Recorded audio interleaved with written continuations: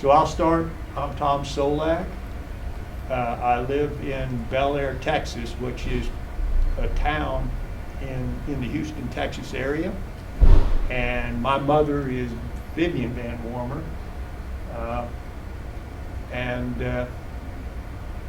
I'll just go here. Michael? Yep, I'm Michael Shultz, son of Nancy, and I'm from Bennington, Vermont.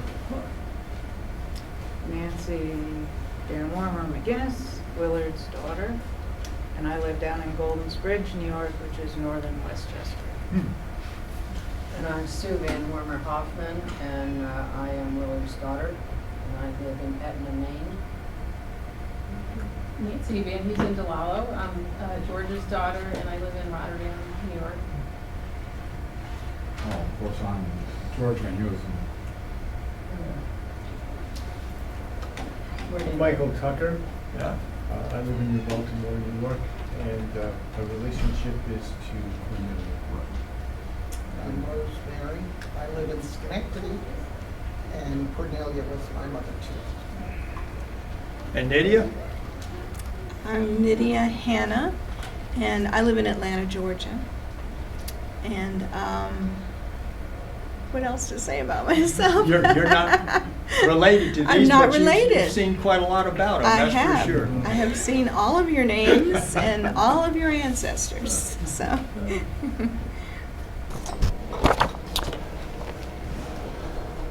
This is John C. VanWormer and Olive Alexander. And that's kind of where it all starts. Who was the one on the left? John C. VanWormer. I didn't catch the first name. John C. VanWormer. You're That's not my grandfather. sure is. Boy, I don't know. It doesn't look like him. Haven't seen that picture? Yeah, I think that's probably the one. Let me put my glasses on. Michael, you see those glasses over there? Here, just the arrow right here. No. No, Yeah. keep going. So Thank that's you. Olive. That's I Olive. just wondered what Olive looked like. Yep, that's one. I was just reading some of her handwriting today. And I think the thing that I wanted to say about this slide is that I believe that these two people had a real sense of who they were and where they came from. They may not have known the details, but they really, appreciated where they came from, their heritage. And I believe that that was passed down to their children. And this is really a notable picture. It's 1929 of Alma, Vivian, Cornelia, and Willard. Kind of a stark scene with trees, no leaves, but there they are. And as I say, in all the pictures that my mother had, this is the only one where the four are together. Now, that would be a great find if you have some pictures of four together. So I think that each one of us probably got the same message from these people as passed down to them, that it's important to know who you are, who your ancestors are. And we got that message to a greater or lesser degree. This is kind of the way I received it. These are the boxes that my mother left me on my stairway there in Bel Air, Texas. And they're boxes of pictures. You can see the ones off to the left and the right are pictures, just stacked of pictures. And then the box of the file above, and then this dilapidated box of stack of things below. And as I was telling Michael earlier today, this is not the kind of thing that my sons and my grandsons are going to be able to deal with. Why? Because it is what it is, And second, they're going to have, other lines that are similarly trying to put that kind of thing in their possession. And I just can't imagine myself going off and making 3 copies for my sons, 8 copies for my grandsons, and saying, happy days, there you are. And so that really was kind of the impetus for me to do something different. Earlier on, my mother, there may be somebody there,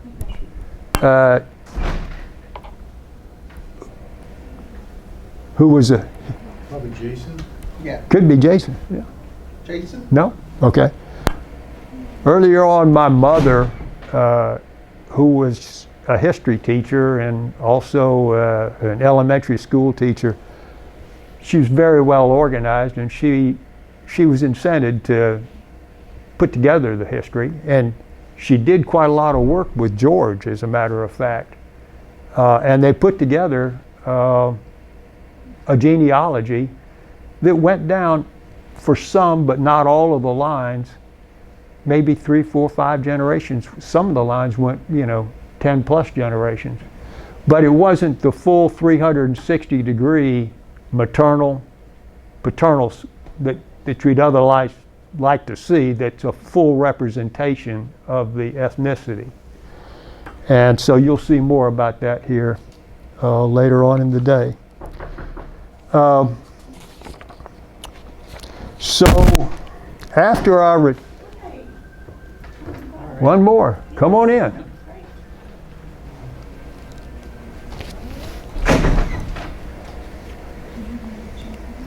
We've got chairs.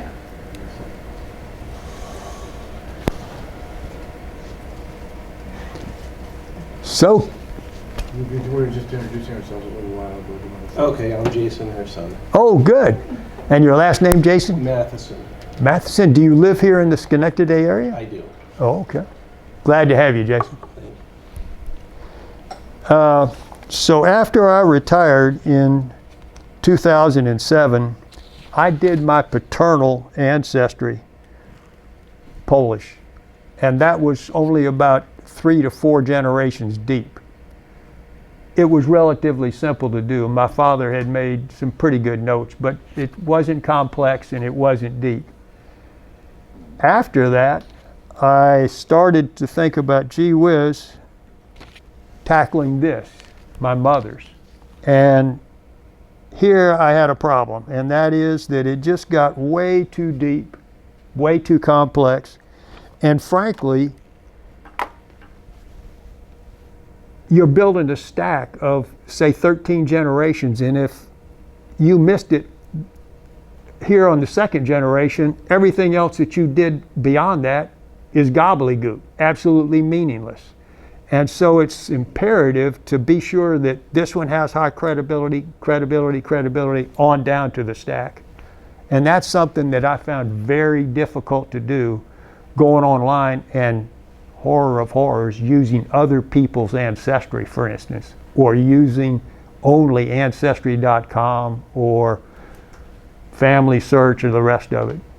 And so as you're going to see, Nydia takes a different approach that ensures that this stack is made credibly on down. And where you can't make it credibly, you qualify, say, this is the best guess, but not absolutely certain here, not reasonably certain.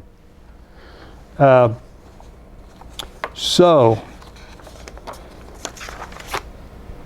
I knew from my experience that this is basically what I wanted. Something that was high quality, supported by reliable source documents, gave a 360-degree view of all the direct ancestors. Nydia is going to define direct ancestors for you, but you have a concept of what that is. Both maternal and paternal. I wanted to go back to first arrival. In other words, the first arriving ancestor from the home country. And that meant, for some lines, going back 13, 14 generations. It was important to do that because it allows you then to calculate the ethnicity and to say 57% English, 18% Dutch, et cetera, et cetera. And you'll see more about that, and you'll see it here in this chart where the sources of all those ancestors, countries of origin, is shown. I wanted it to be electronic in order to pass on to my sons. And I currently run a OneDrive, Microsoft OneDrive, which is a shared drive with my sons. And so I put up on that shared drive stuff that's important to them. One, how my household runs, who pays the bills, et cetera, et cetera. What are the bills? You know, where are the assets?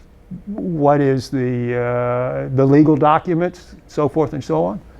And my intention is to put up this ancestry so that they too will know who they are and have access to it in a well-organized, well-presented way. So, every year I go to Atlanta to see Georgia Tech be defeated in basketball. And sure enough, they never fail. But it was there, I was visiting one of my friends, and lo and behold, I walked out, and there on the dining room table in the morning was this wonderful ancestry. A couple of books, about those size, maybe 2 or 3 of them, and some larger documents. And I knew enough from having done the earlier work that this was a good work product. And it was the ancestry of Suzanne Godfrey. Ed Godfrey was a fraternity brother of mine back as an undergraduate there at Georgia Tech. And so Suzanne said that was done by Dr. Nydia and Dr. Nydia Hanna. And so subsequently I contacted Nydia and had her do my wife's ancestry. Now Ellen is kind of like mine. On her father's side, it's Irish, relatively short to first ancestor, but on the mother's side, it's very deep, very long, South Louisiana, Cajun, French, German, goes back 12, 13, 14 generations. And so Dr. Hanna did that, Ellen's ancestry, and I was very pleased with what I got there, and that gave me the confidence to go ahead and say, okay, now it's time to go for my maternal ancestry, and that's what she did. And it took 2.5 years to do it. Her working not full time, but part time, but continuously through the process. And so that's kind of where we are here today. The bottom line is that this VanWormer genealogy that we've developed will add an awful lot of value, I think, to my sons and their descendants. This is a picture of that group. On my 70th birthday, all of us are very poor golfers, but we struggled through a couple or 3 days together and really enjoyed it. But those are my 3 sons. And not only, though, is this genealogy of value to them and their descendants, it's value to you and your descendants, because it's all the same. And so Nydia and I felt like that, you know, we had a duty to come and to share it with you and to support your carrying it to your descendants. And so that's kind of why we are here today. So having said all that, I wanted to say a few things about the people that got us here. And the first is George, who, with my mother, take some real serious cuts at putting together the genealogy in several, but not all lines. And George has over the 2.5 years that Nydia has been working it, has contributed along the way. Michael Tucker, big, because as we got our first products, Mike reviewed some of those first products, and then subsequently he really helped kind of put together this meeting and the arrangements for the meeting. And finally, I wanted to mention my son, who's similarly my oldest son, the one on my right, strangely with the Georgia Tech hat, but he's Penn Stater. He too reviewed some of the first products. So, as you can see, and as I mentioned in earlier communication, we are videotaping, and the purpose of that is to capture Nydia's presentation, frankly, so that we can put it up on YouTube and provide those who have an interest or real interest of a security link in order to access that YouTube presentation. And that's a great place to start to understand the ancestry of the VanWormers. And it's also a great place to start to just get an overall view of, how to put together a genealogy and not thrash around too much.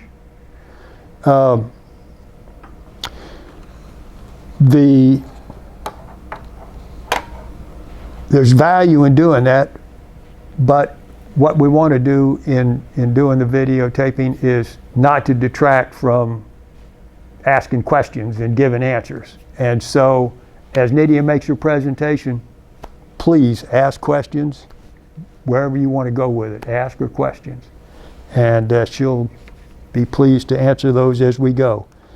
And we will be editing the videotape so that if it's a question that maybe we can do without, we'll edit it out, and we'll all look good in doing so. Okay, so ask questions and don't feel inhibited in any way in doing so. So that kind of gets me to the time when I want to talk about Nydia. And there she is.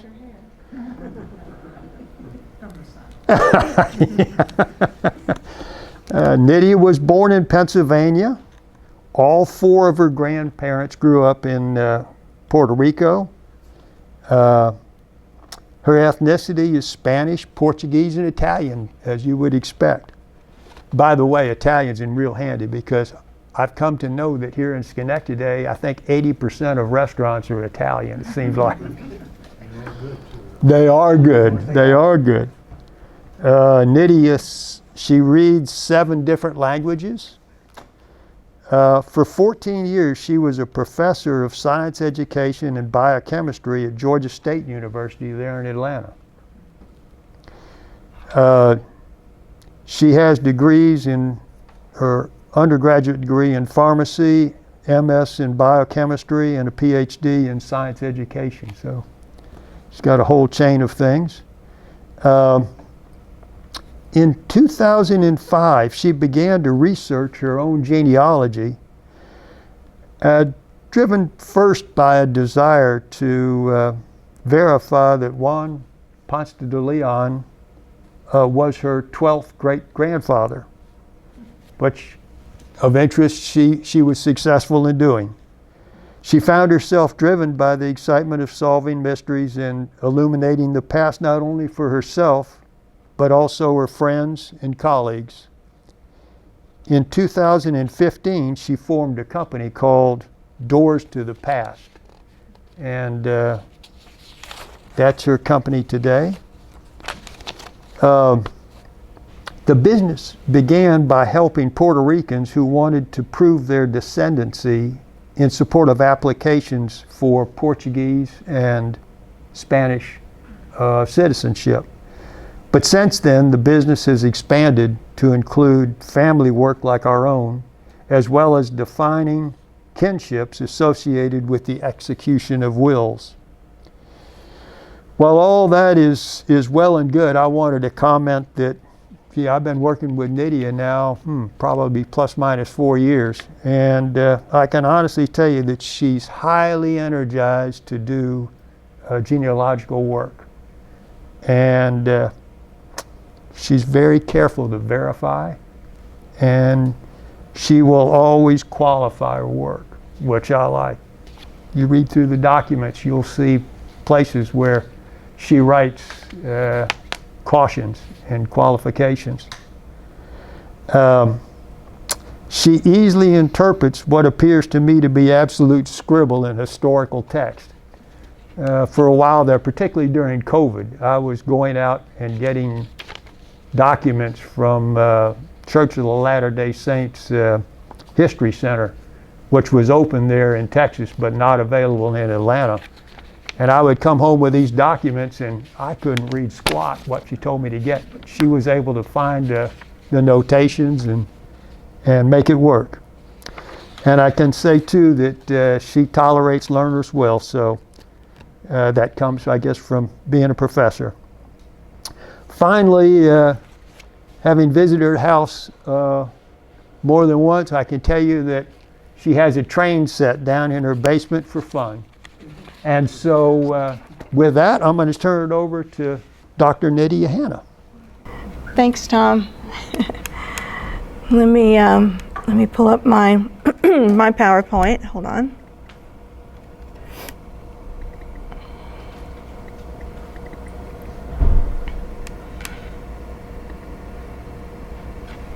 Okay.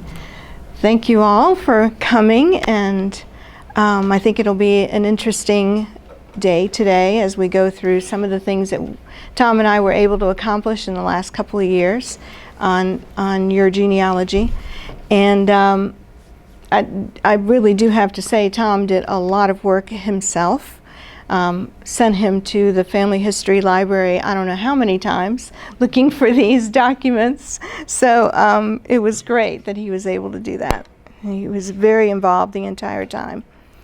Here's this picture again, 1929. I know of all of your parents. Yeah. So I first want to ask you, why do people do genealogy? What are some of the reasons you think of that people do a genealogy? Just for information on your family, or what do you think? The past is always a mystery. Past is a mystery. Yes, yes. What about the focus of a genealogy? Why do you think people want to do it? Like, what are they looking for? Yeah. What did the people do that were your relatives? What were their occupations? Yeah. Mm-hmm. Anybody else have an idea? I think some would do it in order to find some good names for their children. Yeah. I think in this group we probably have more than one Alexander, for instance, and some others. Yeah, baptismal names. Yeah, exactly. That's true. That's true. Baptismal names and carrying on middle names that were surnames before. That's true. I'm going to show you a couple of reasons why people have hired me to do their genealogy. So, one is, of course, find a noble lineage, find a link to a king or a queen. That's a lot of reasons why people do it. Identify famous or interesting people, which we were able to find both famous and interesting people in your genealogy. Look for family land holdings.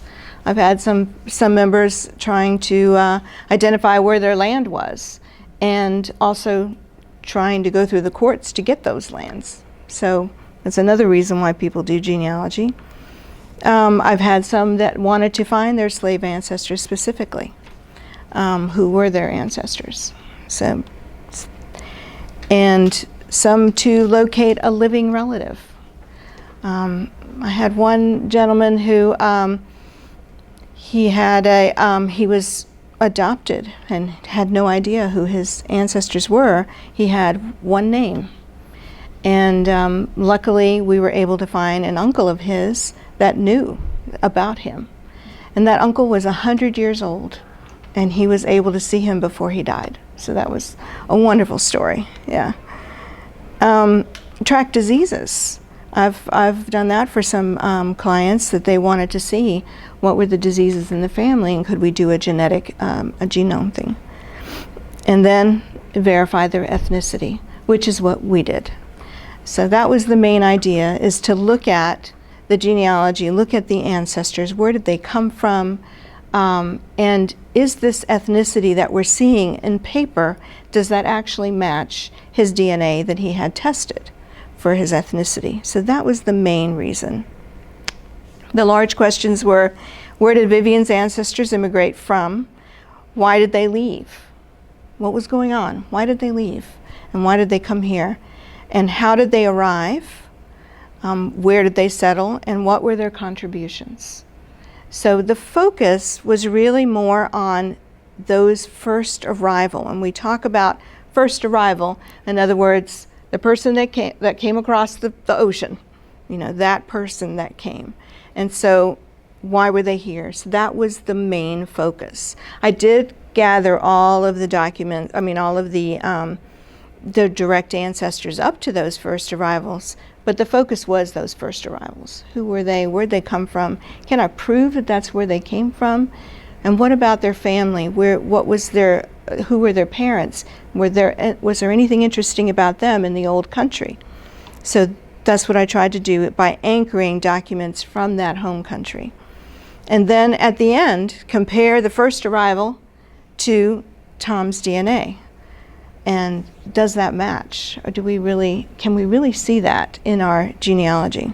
So that was my task, which is not an easy task, let me tell you, because you think about it, if you go back 6 generations from you, okay, your parents, your grandparents, that's 4, then the next group is 8, then 16, you go back 6 generations, that's 256 direct ancestors.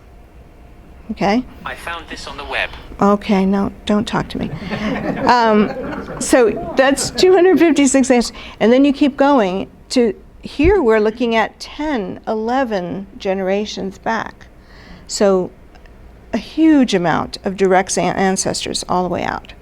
So it was a task to get all the way. And maybe not, if some trees, the ancestors came more recently. Maybe they came in the 1800s.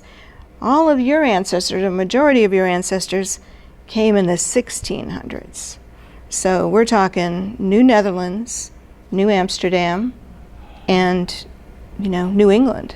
So all the way back to the 1600s. So I wanted to obtain at least 2 documents to prove that they are the correct ancestor. And I have included some details about the lives, all the ones going back to those first arrivals. And there's always going to be more that you can, about every one of these 532 direct ancestors that I found, there's so much more that you could find out about each one, okay? So I gave you something about what they did or who they were, but you could take any of them and build an entire story about them. So these are assumptions. This is what I kind of go by. Primary source. A primary source is the actual document, the birth, the marriage, the death, the tax record, the census, things that are done, that are recorded at the time. Those are primary. Secondary sources are things that are later on recorded by somebody who transcribed or somebody who wrote a book about. Those are secondary. Primary are the document at the time that it happened. So that's what I wanted to do, was primary sources were the most important. And online trees, sometimes they're right, sometimes they're wrong. I usually don't look at online trees. I may look at it to see whether they have a document that I can use, but usually I don't use them because I build by scaffolding, 1 generation at a time, and then the next, and then the next. And if I don't have enough documents to say who the parent or the grandparent is, then I can't go there. I can't take somebody's word for it. I have to have a document. And so that's how I build it. Genealogies are never finished. Never, because you can always find something else. You can always go dig deeper into one ancestor, and there are more and more documents being digitized all the time. So we can hopefully access more things that are in archives that normally you would just have to go to the archive and get the archivist to pull the record and all of those things. But little by little, we're getting more digitized. And as we do that, we're actually finding new information about people that we thought were related in a different way. So those things are happening all the time. So genealogy is never finished. I created them in notebooks because I wanted Tom to be able to add documents in the future if he wanted. So if you find new documents, punch a hole in it and put it in the notebook where it goes. Because it's not a static thing. Genealogy is not static. I categorize the main groups and the reasons for immigration, and then I try to point out the people who are notable in some way. And this is my little chart about primary and secondary sources. So a birth record is most reliable because it's recorded at the time of birth, and who is giving the information? The parents who are actually there. Okay? And so that's the most reliable document. Sometimes, of course, they may say that the father is a certain person who isn't, but, that happens. Marriage record is reliable, although sometimes who they state their parents are is not necessarily reliable, because they could use a step-parent and say that it's a parent. So that happens, and you don't know. You don't know that they were a step-parent. Death record is the least reliable, because who's giving the information? It's not the person who died. It's probably not their parents, because they've long died. It's probably some friend or a relative, or even just the agent at the at the cemetery. So death records are the least reliable of the three. And then I just go on to talk about the transcribed church records and newspapers being kind of reliable, happened at the time, printed at the time. Published genealogies sometimes are reliable. They are secondary, but there are some that have been proven to be frauds. And they were created purposely to make a link to some noble or royal lineage, and since have been proven to be frauds. So there are a number of them, and I include those on your flash drive. There's a list of all the fraudulent genealogies that are out there. And a lot of them were printed in the late 1800s, and that's when a lot of that happened. Genealogy journals are secondary, but they may have actual pictures of the primaries in there.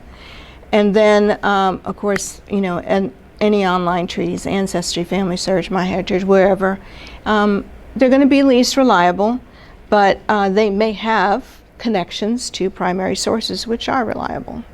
So this is what I go by as far as reliability.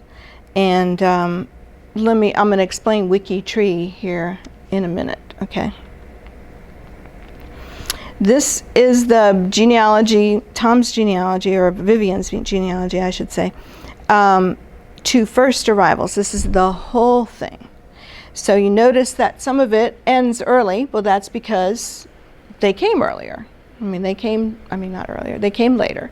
So they were here in the 1800s. And so that's why it ends right there, because my task was find the first arrivals. And so they came in the 1800s, so that's where it ended. Those generations could be extended more. Then you see here on this side, I can't move. Cannot move. So I can point though. Okay. You wanted to point to this side over here. Yeah. This VanWormer quadrant. Manhattan. Right. So the red These red people, see that in there? yep, Red. that's endogamy. Endogamy is when cousins marry cousins, and so you have the same ancestor. So everybody in red is duplicated in another part of the tree.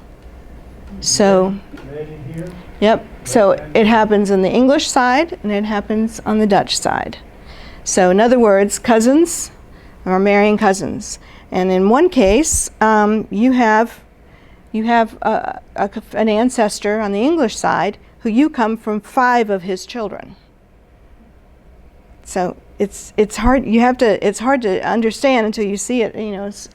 Spread out. All those children Mhm. are direct ancestors. Are direct ancestors to you. So cousins marrying cousins. And so endogamy is very common in New England and in New Amsterdam. I mean, limited amount of people, Same, you have to marry into your same religion, which was very important. And you're geographically isolated. So they marry cousins. So here's Tom with his genealogy, all 11 notebooks, and then 3 spiral-bound books, which are right here, which is the entire genealogy without the documents.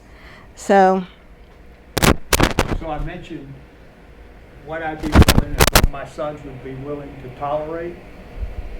They wouldn't tolerate 11 volumes like that in hard copy, even though they're well organized. This is, say again what that is? that is ancestors by generation and a summary. All of them, all 11, 12 generations in a summarized format. You have it on your flash drive too. It just didn't print it out because it's 500 pages. But it's summarized, and it has all the source documents noted, but not copies of them. Okay, so Here, the documents, the actual documents, the images do not exist. they're on the flash drive. In these volumes, it has everything that's here, plus it's got the documents in here, okay? And as she said, if new documents came, I would put a hard copy, in the appropriate family group. That's why this is so much bigger than this. Nydia is going to tell us about archiving and having this given over to the Library of Congress. That's what goes to Library of Congress.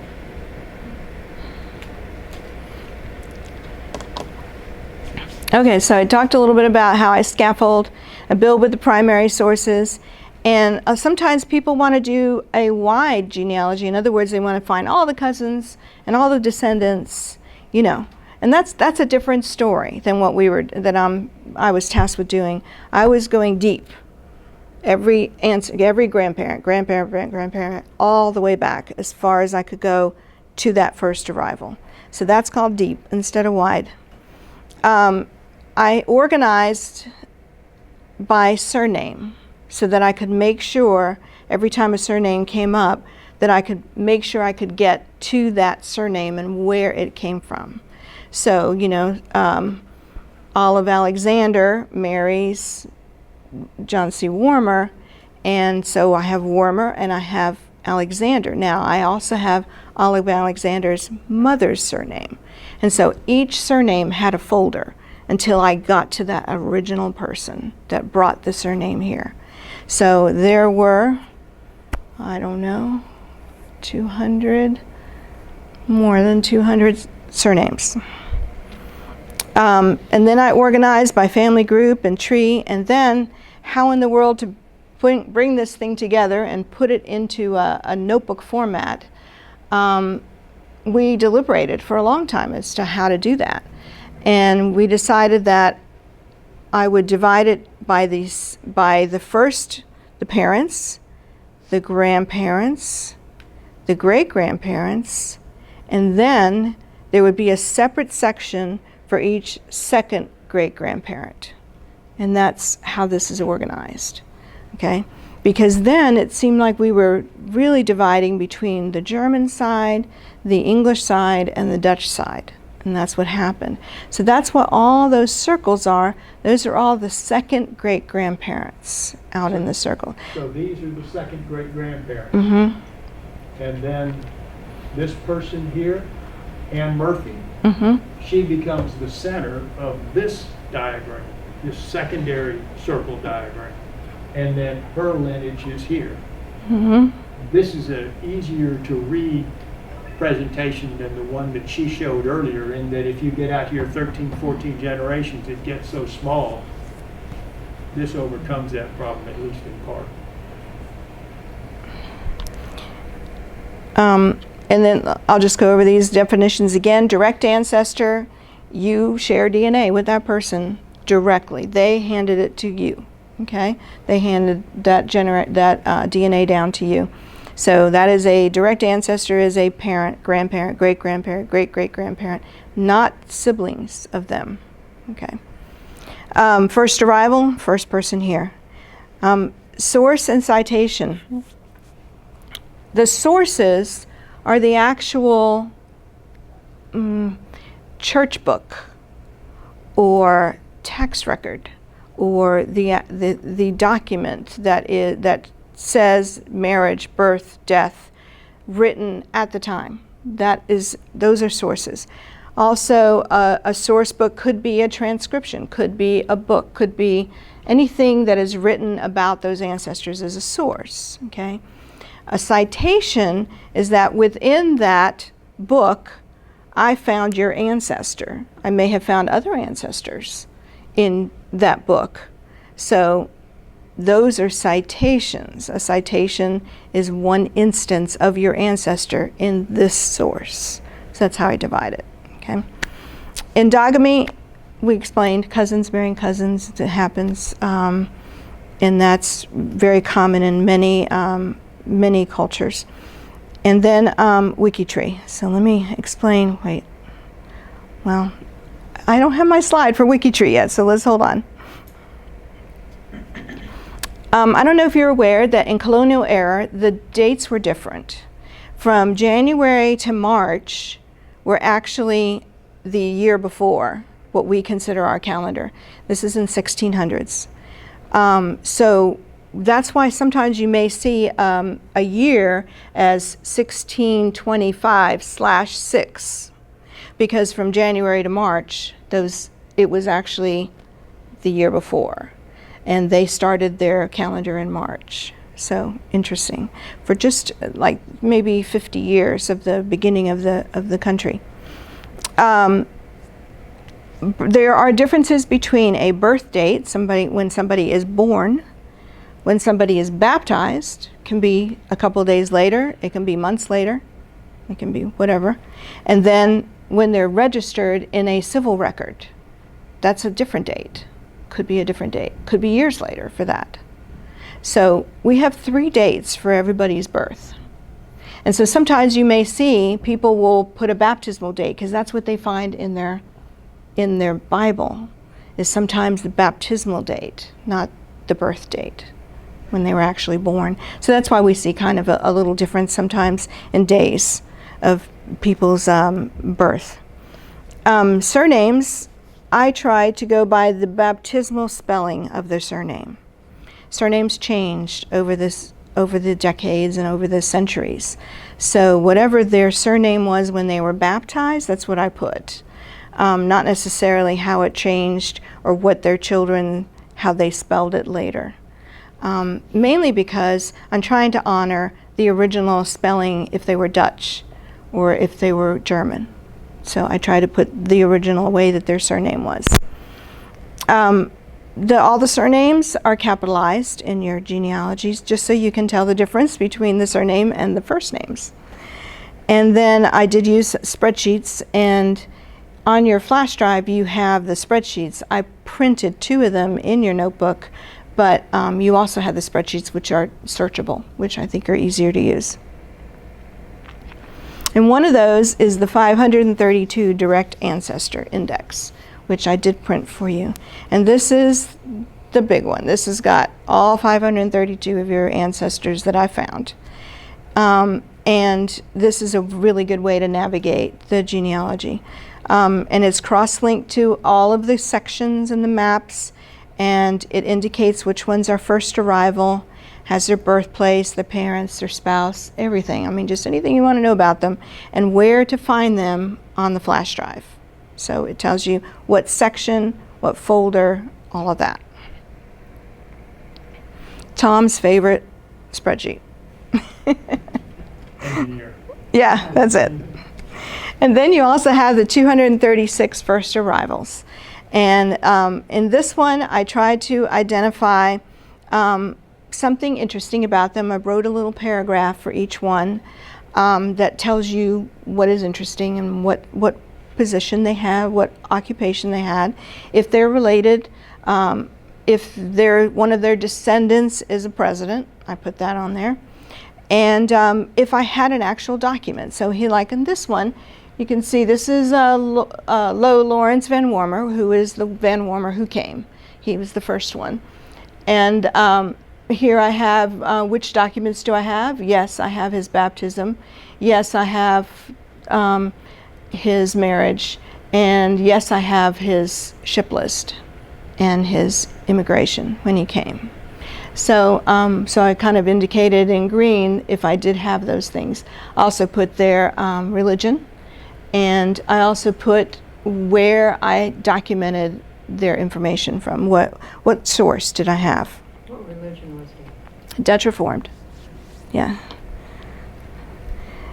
So these are the overall statistics. I don't know if you saw that page in there. It's overwhelming. But 938 people. 61 of your direct ancestors are duplicated. So that means you have 61 people that are your ancestor more than once because of cousins, marrying cousins. I wrote 44 historical connections. Whenever there was something really interesting, like John Henry. I don't know if you knew John Henry, who married an Alexander. He was the first president of the Smithsonian. And he kept Lincoln's hat after he was assassinated, that tall stovetop hat. He kept Lincoln's hat and didn't put it out for display because there was so much of a fervor about Lincoln and his assassination that he felt that if he had put it in the Smithsonian, people would either steal it or they would swarm around it, and he wouldn't be able to control the public. So he hid and he never put it out until, I guess 50 years later, it was finally put on display. So kind of an interesting story. So I put that in there for you. You know, and that's one of your, ancestors. Well, married to one of your ancestors. If you notice here, there are 517 sources that I used. 517 places where I have the actual source that I utilized. And in those 517 sources, there are 2,580 citations. In other words, I found your ancestor 2,580 times in those sources. And the number of primary documents, you have 394 copies of actual documents on your flash drive. So copies of a marriage, of a birth, and some are, some are in Dutch, some are in German, and some are in French. I think there's a couple in French for the Belgian ones, and the rest are in English. So Scotland, some in Scotland too. Any questions so far? It's a lot. It's a lot. Yeah. I translated 8 documents from German, and I translated 32 documents from Dutch. And those are not my 7 languages, so that's a new thing. So that was I'm learning Dutch. It was pretty interesting. Google Translate is wonderful. So just did it that way. I did find 162 of your direct ancestors' occupations, which I always think is interesting to see. What did they do? And of course, you are related to, you have direct ancestors who are the same direct ancestors for a president. So you share direct ancestor with presidents, 7 of them. And many founders of towns, many first settlers of towns, everything. On your flash drive also, of those 517 sources, 122 of them are on that flash drive, and they are entire books that are on your flash drive. So, and I'll show you what those were. I'll show you how to access those. I kind of went over this already. So, and we just kind of said this. So we organized by the section of the circle, and so she's in the middle. This is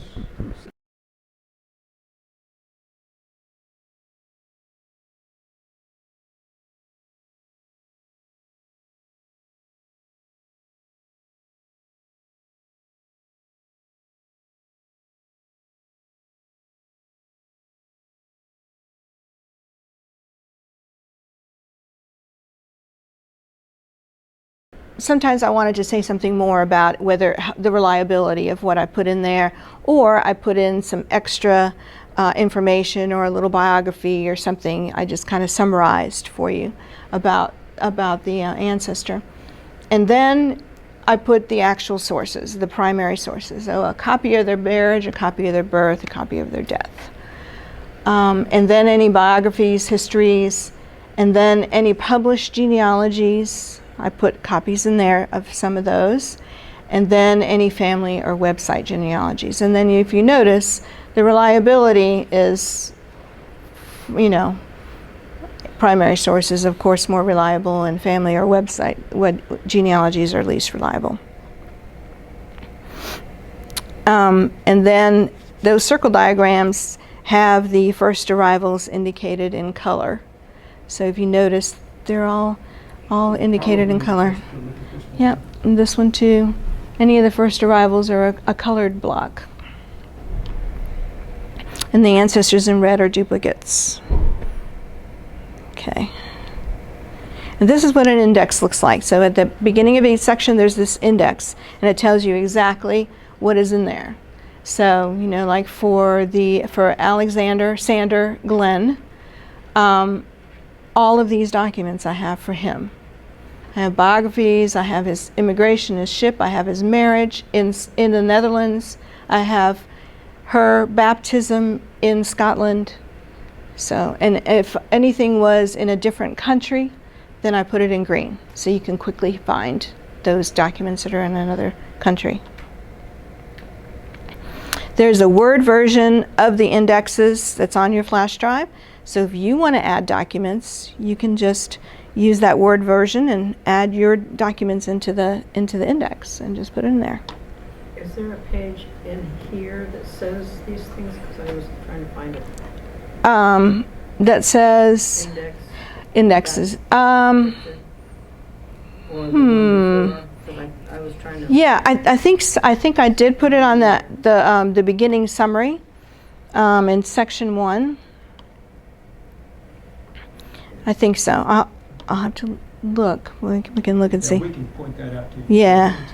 Okay. And this is a tree map. This is what I call a tree map. So there's 88 of them. And that just gives you, and I just start from the beginning. And then, so in other words, here, this is William Sherwood Alexander. So every one of his grandparents, they are all a second great grandfather. See, second great grandfather of a great grandparent of Vivian VanWormer. So each of them has a circle over there, because each of them has their own section. Okay.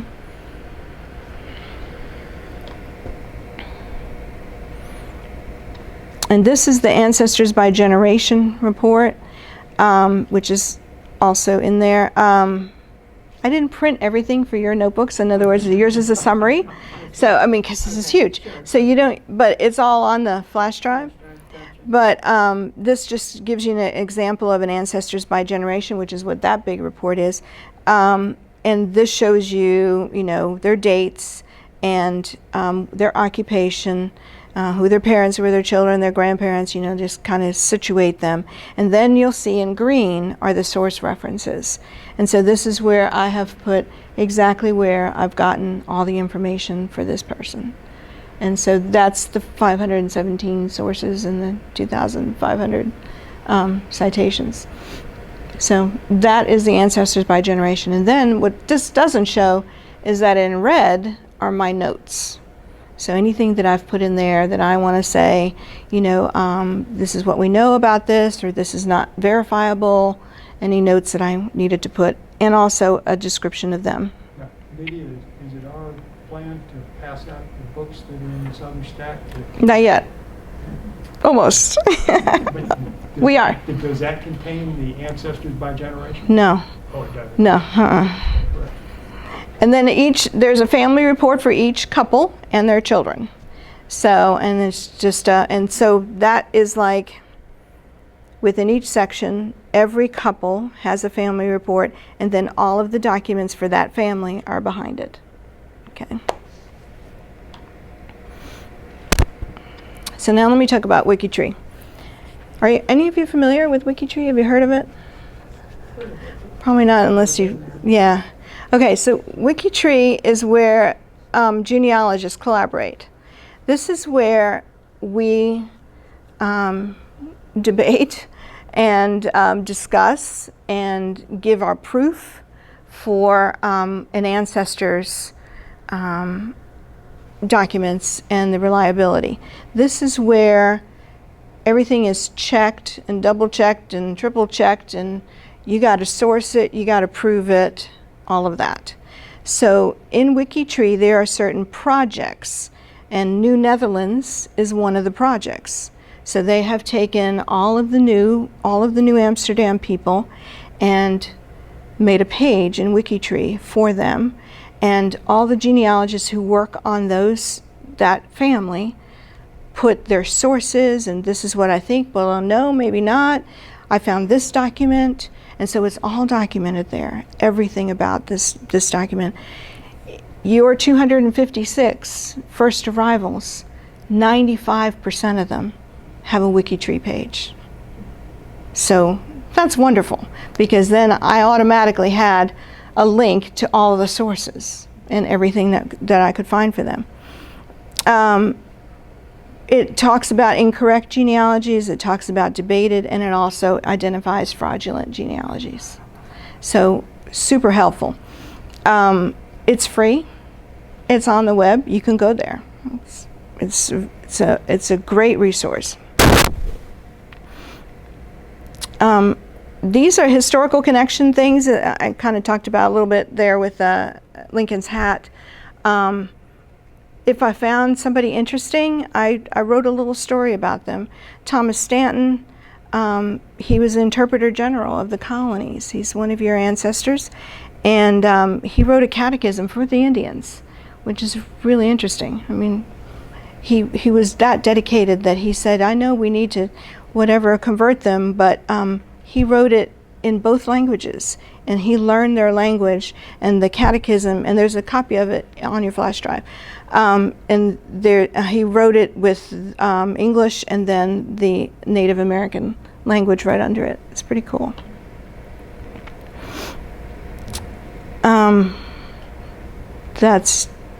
We're going to talk about these. Okay, so immigration stories.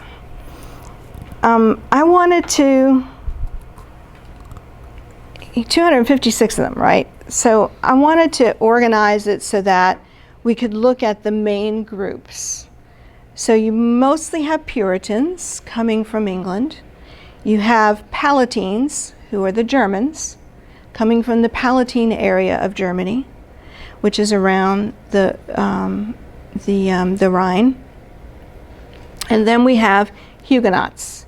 Huguenots were from French, were French usually, Huguenots. And that's a religion. And I'll talk a little bit more about who they were in a minute. But they came, of course, for the religious persecution. And then, of course, you have the Dutch West India Company, which is what brought the Dutch here. Okay, so those are the four main immigration reasons.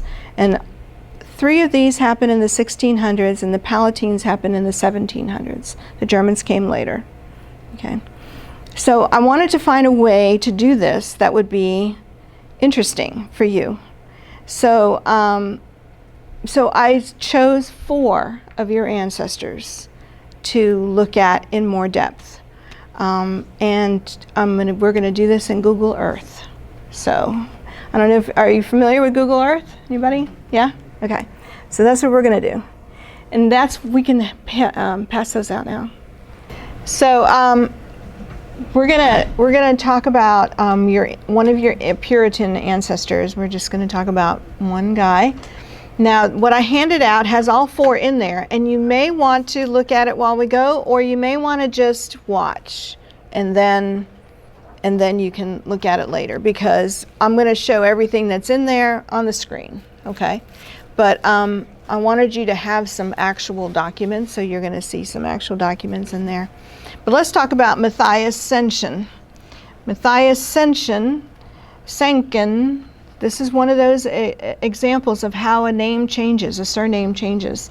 So Matthiesssen, Senken, St. John is what it became when he came here. It became the last name St. John. So he was born in London. So let's go there.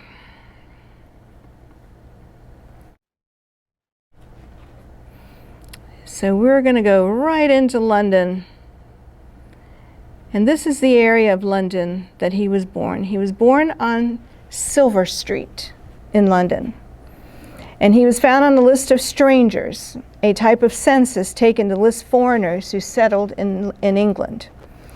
So the story is that he's either from Wales or he was possibly from Belgium. Antwerp.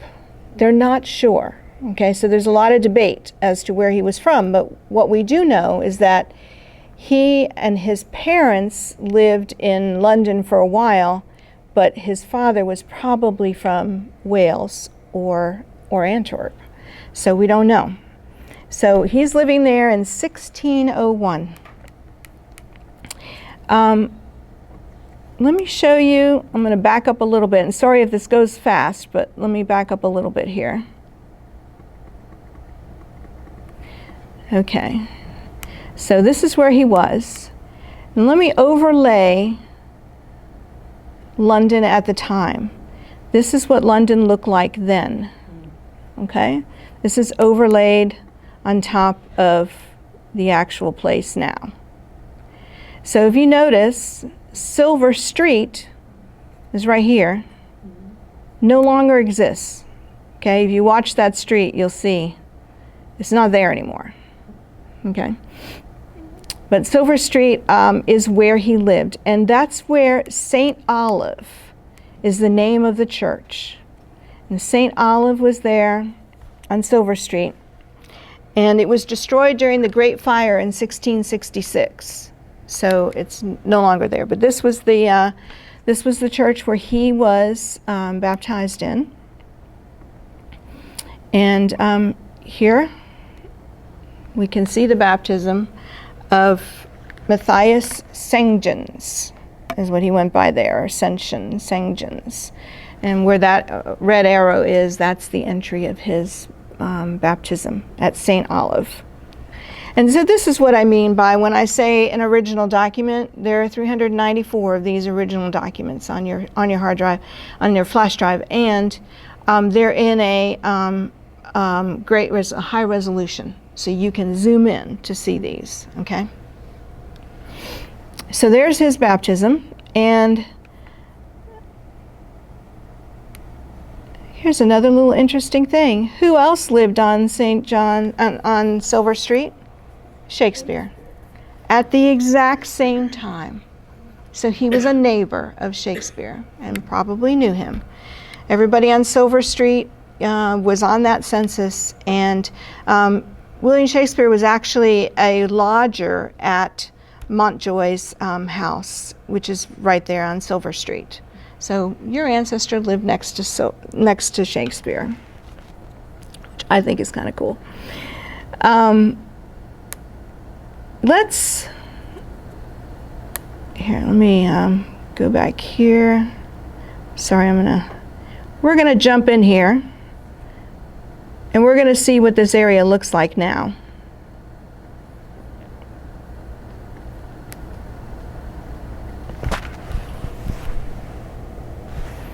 Here we are, and I'm gonna turn around.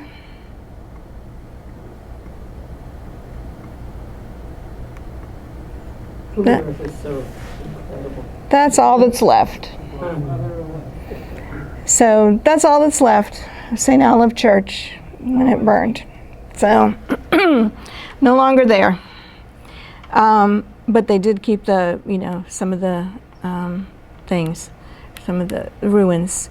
And then across the street over here, and I'll have to exit and get back out.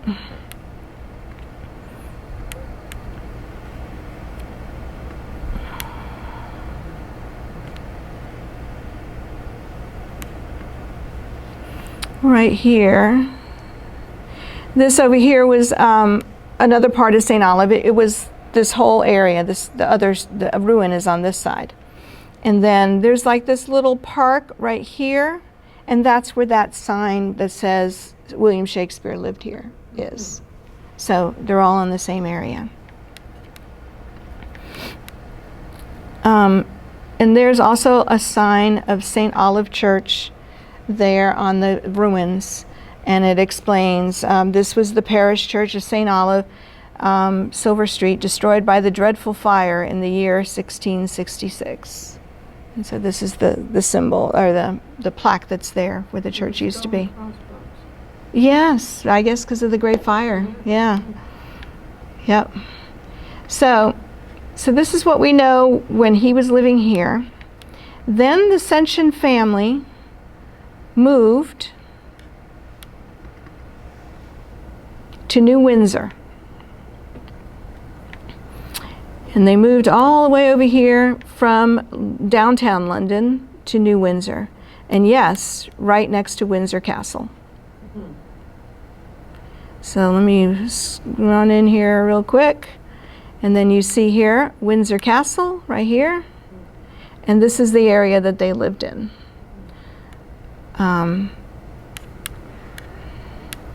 And here, the son, Matthias' son, named Matthias, was baptized at the New Windsor Church in this is Berkshire now. Okay, and then his is down here at the bottom, right here.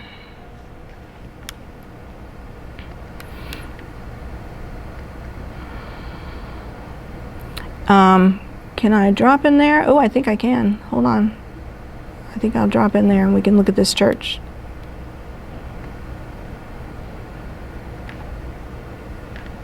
And there it is now. So, church is still there, which I think is pretty cool. Okay. Then he traveled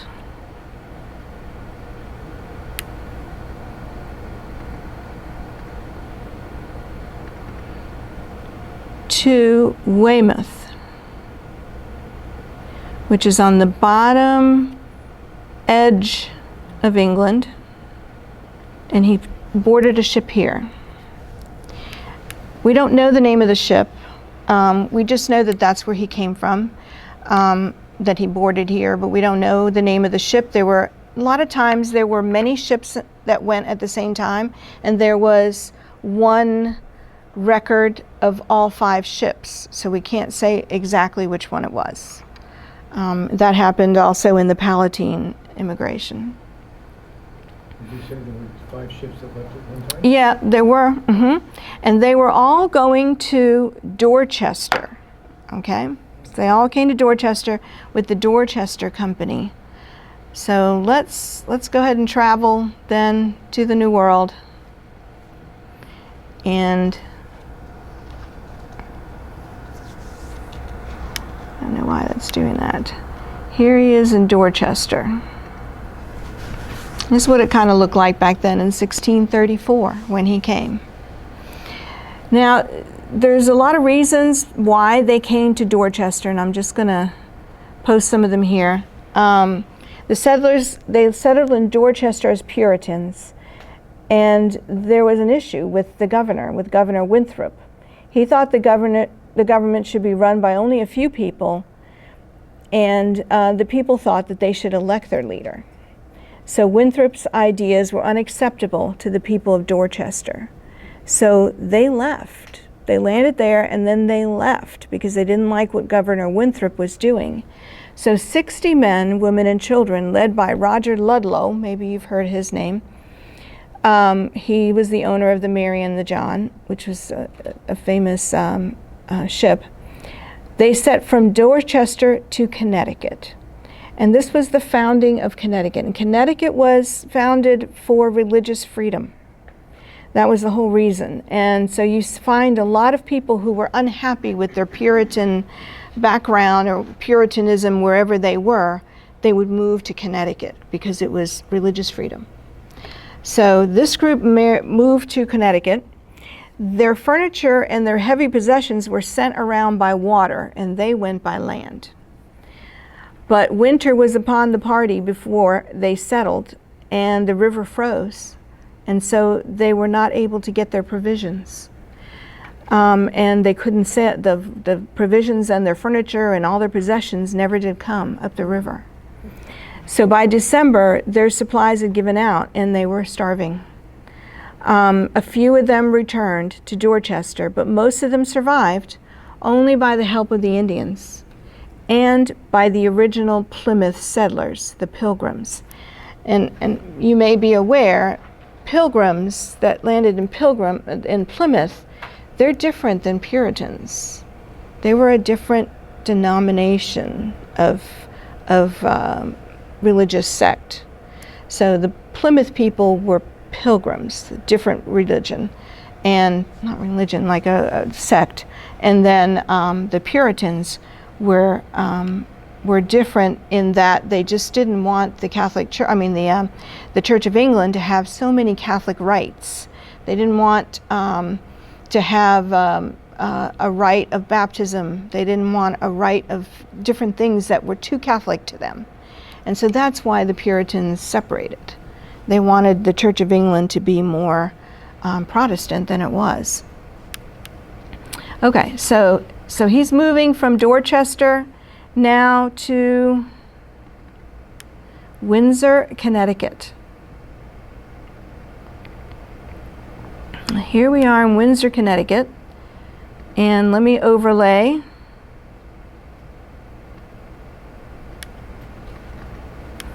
Well, it's gonna, it left. Sorry, let me move it down again. Let me overlay where the Sentians lived. Okay. It's not doing it exactly right, but sorry. Right here where it's white, right where these meet, that's exactly where their land was. Right off of the Connecticut River. Okay. And if you notice, this map overlays exactly to what it is now. How do they lay claim to the land? Did they just have to go through some process? In Connecticut, they just laid claim to the land. And then until there were enough selectmen, enough people to form a little government of that city. So enough people had to own land. It also depended on the Indians that were in that area, whether they, the Indians thought differently of land. They thought that if they let the let the Puritans have the land. They didn't own the land. That, Indians thought that nobody owns land. You can use the land, but it's not yours to own.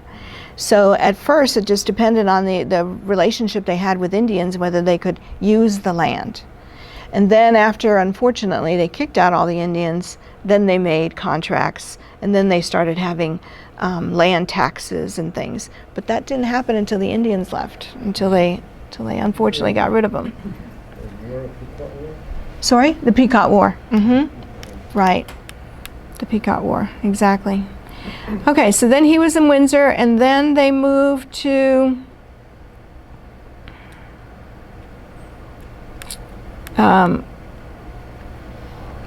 they moved just a little bit further to Wethersfield. And this is where they set up another household here. These are some of the oldest houses in Wethersfield. One of them is from the late 1600s that is still there, and they believe that Matthiesssen lived in that house at one time, the red one. So, just kind of interesting. And then he moved from Wethersfield to Norwalk. And here in Norwalk,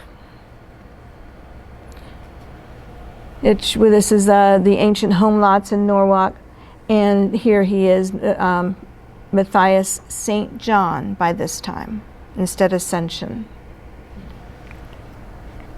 And so he was one of the original settlers of Norwalk. And in his probate, when he died, then I don't know if you've ever seen the lists of what they owned. They took an inventory of everything when they died, and they listed everything. And a lot of times, from what they had in their home, we could tell what their occupation was. So it depends on what they were doing, what was left in their home. I don't think we know what he was a candle maker, which is interesting. Yeah. So it's got all his, and it's kind of cool to see these. And this is a typed up version. There are many probate inventories that I put in your documents in the handwritten form too. So the actual document. And for the St. John genealogy, there is a printed genealogy that was printed in the 1800s, St. John genealogy. So it has, and St. John Alexander. Interesting. His name, the person that did it was Orleans St. John Alexander. Yeah. And these are readily available online. And I'll go ahead and go to it. I have a link here. I put the link there for you. See if we get on there. There you go. And let me open it in Safari instead. Here you go. There. The actual books. These are free. So you can see the actual. And whenever I could, this entire book is on your flash drive, because see, you can just download them right here. And so I downloaded them all in PDF format for you. So all of those genealogies of the surnames are there in your flash drive too. Oh, wait, let me go back to the thing.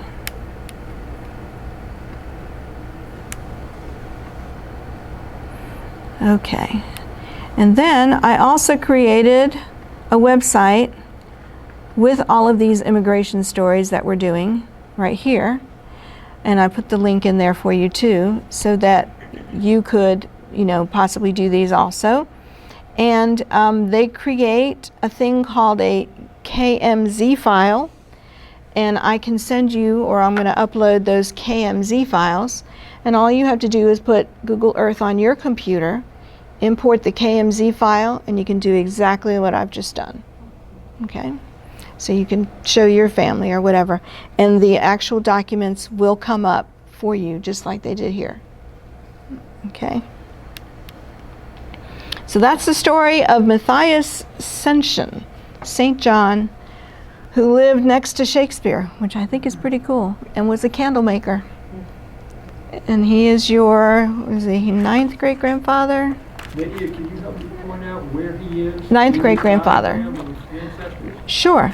And he is an ancestor of Harriet Smith. The oldest document that I obtained for you all was from England in 1584. And it's the baptism of Richard Trott. Sometimes spelled Treat, sometimes spelled Trot. And as you go back in time, these surnames, remember, a lot of people were not literate. So it would depend on how they pronounced their name as to how the scribe wrote it.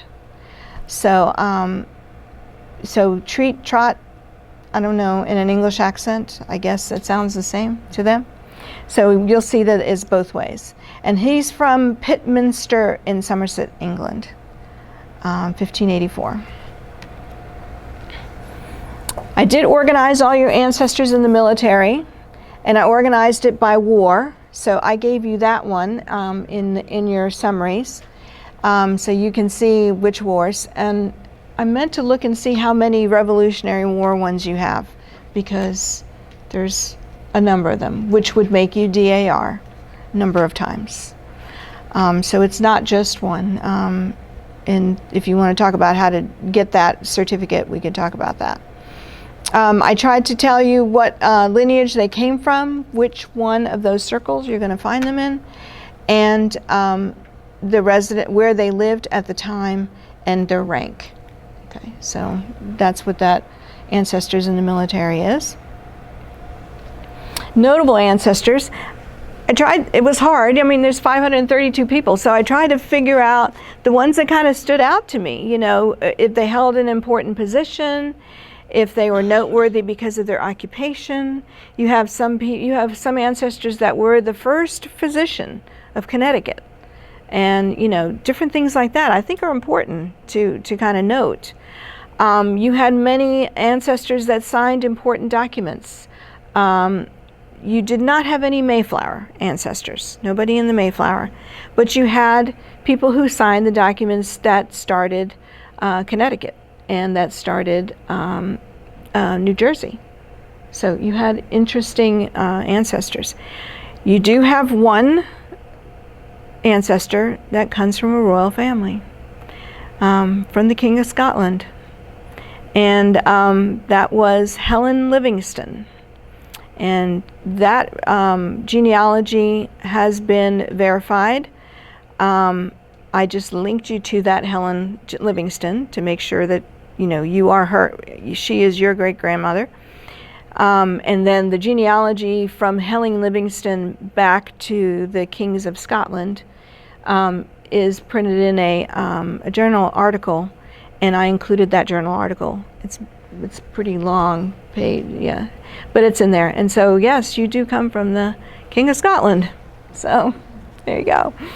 I included any relatives that were notable. In other words, siblings, okay, that were notable, or descendants of a sibling. You have Stephen Alexander, who was the very famous astronomer, and he went to Union College here. A number of other, you know, related people I tried to, and you're also related to the inventor of the slide rule, Napier, along with all the presidents and everything. So there were some interesting, notable people I wanted to make sure I wrote down. And I don't know if you had a chance to look at those notable ancestors, but take a look at the list. It's a few pages long, and there's a deeper story for every one of those. And as you look through them, you might find that there's some other people that I should have put as a notable ancestor. I think I probably looked more at the people in the 1700s and 1600s than I did more recent. But, you know, I'm sure there's more notable people. And then I tried to capture all the interesting events. And here's where I took the family stories that Tom gave me. Family stories that were handed down, written in all of those papers that he received from his mom. There were a lot of family stories. So I tried to include those in here. Some have been verified with documents. Others, I couldn't find any proof. But I still put them in there for you. Maybe someday we'll find some proof for those things. I also included unusual events and deaths. You know, deaths by Indians. I don't think you had any deaths by lightning, but that does happen. But you had quite a few that were killed by Indians. Quite some that were lost at sea, and some that died on the way here, never made it. So from the old country. I did put the connections to historical events, and again I put the lineage, which one of those circles they would be in, and the year and the town that was indicated. So if you get a chance to look at those specific ancestors and any interesting events you want to talk about, maybe we could do that this afternoon. So that might be a good thing to kind of look through, and then I'll see if I could bring up some things that I remember about them. So let's do another one. Now we're going to do Johann Heinrich Clapper. He is your 5th great-grandfather, much more recent. Okay? He comes from, I put it on here, Murphy. He comes from Anne Elizabeth Murphy. And in your book, I have the Google Earth, you know, like the whole thing that I'm doing. And then I also put the tree so you can see who I'm talking about. Okay, and then I put the actual documents in here. But let's talk about Johann Heinrich Clapper, 5th great-grandfather. And he was born in Germany. He came as a Palatine. From the West to frustrate the French. It was. They were ardently anti-Catholic. Yes. And because of the 30 Years' War. Exactly. They were victimized. They were victimized, right. Terribly. And so if you wanted to put someone that would fight the French in the Mohawk Valley, you would... That's who you would use. Exactly. They also had trades that a lot of people did not have over here yet. And so they were very skilled. Most of them were very skilled. And they were trades like blacksmithing and a lot of iron works and things like that, that some of the Dutch people didn't have those skills. The Ruhr Valley in Germany. Exactly. Exactly. So they had skills and smelting and those kind of things that maybe some of the English didn't know. So they were very highly regarded for their skills. It was a good thing for them to be able to come. And you were ready? Okay. And so you'll see. So here they are. Eschbach is right here near the French border of Germany. And this is where we see the father, Johann Wilhelm, is the father of Johann Heinrich. Johann Heinrich is the one that came. So Johann Wilhelm, his father, and this is how they record the baptisms in Germany. You'll see this is 1667, and it says his father was Hans Wilhelm Clapper from Eschbach, and then his mother is Margaretha. And you can see Vater and Mutter, you can see that it's so close to English. And then these are the sponsors on the bottom, and it says where they're from. So in other words, who signed. And then it also has, there's 4 sponsors for this one. So probably both sides of the family. What does that mean, sponsors? When you baptize someone, Okay. godparents. Oh, okay. Yeah, so they would be godparents. Usually they're related. Usually, they're siblings are related. And then the mother was Anna Agatha Becker. So Anna Agatha Becker, born in 1668, and her father was Johann Jacob Becker from Eschbach and Magdalena. We can go further with all of this, but like I said, I just needed to anchor them there. I will tell you a little bit more about her father in a minute. And then here's their marriage. And here in Germany, they do what's called a marriage record, and it lists the whole family. So this is their marriage of the parents. And then below, they have her parents. They didn't list his parents, but they listed her parents below. And then they have an indication at the bottom in the notes where else you can find these three people in the records. How nice. It's awesome that they can do this. And then if the family stayed in that city, the other side of this page is for the children. So, but they didn't stay. They left, so there are no children on the other side. So, beautiful records in Germany.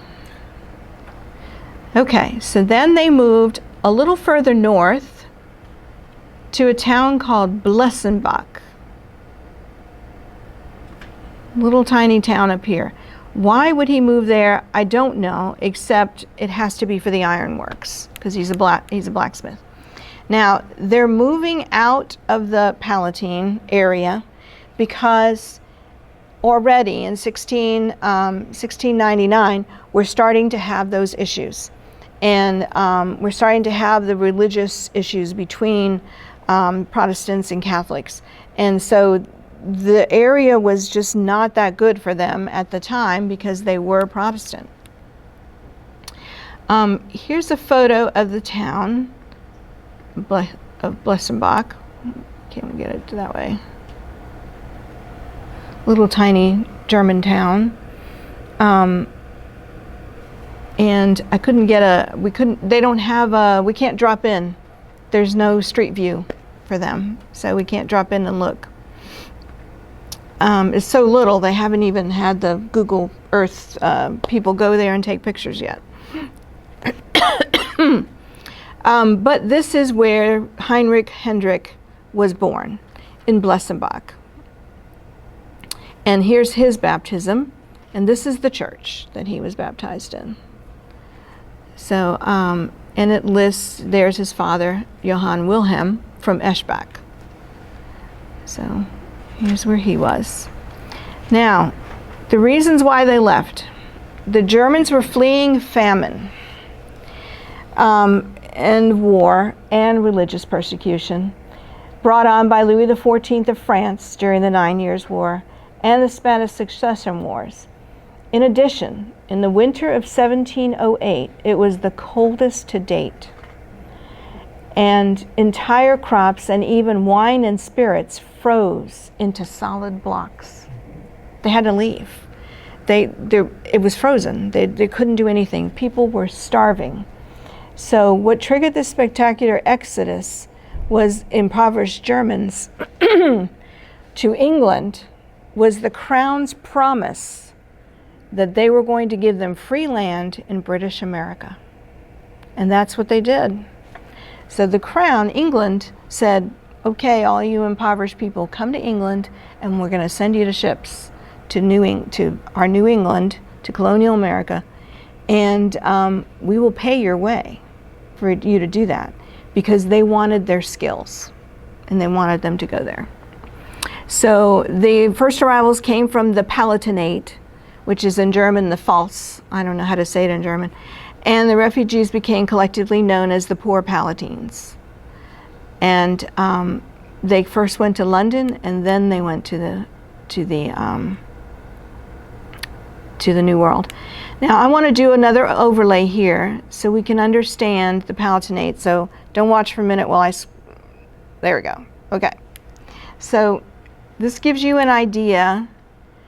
There is Germany now and the two places that he lived. And there's an overview of where the Palatinate is, right here. Okay? These stars are where your ancestors came from in Germany. So most of them came from the Palatinate area. A few of them came from other areas of Germany that were not involved in the Palatinate immigration. And their stories are a little different. So just to kind of give you an idea there. Okay, so here is an example of an advertisement in German from the Crown saying, come, we can send you to America. And this was actually from one of the Palatinate earlier people that went in 1708, and he had lived there in the colonies and came back and was an envoy for the Queen and trying to get more people from Germany to go to America. So this was like a huge thing. But when they got to London, things were not exactly what they had been told.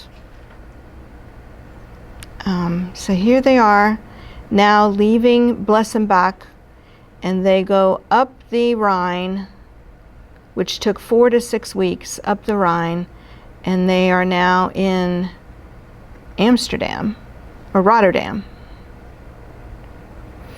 And they left here, they left from this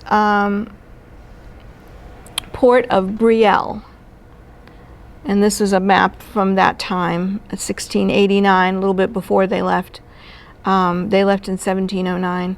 But this is the port of Brielle in Rotterdam, where they left from, this exact port right here.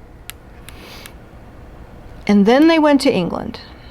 So they came up the Rhine, took a ship, and now they're going across to England. But when they got to England, England said, oh, really? Okay, well, we're just sending you to the States. We're sending you to the America. But here, we don't have room for you. So they set up camps outside of town. And so this camp is one that was in Blackheath, outside of London. And they lived in tents for months until their ship was ready to go. So, and then at the time, the Crown supported them for like a week or 2 weeks. And then after that, nothing. And they said, no, we can't keep supporting you here, and I'm sorry that the ships aren't coming, but there's nothing we can do. So many of them starved and did not make it to the make it over at all, which was sad. We do have a ship list. He embarked from, there he is, Wilhelm Clapper and Vrouw, his wife, and 3 children. So he had the boy here, the son, is Johann Jr., which he's the only one that survived. Johann Heinrich. He's the only one that survived, and his mother survived. The father died from Rotterdam to England, and then when the family arrived in the colonies, only the mother and the son had survived. So the two daughters didn't make it either.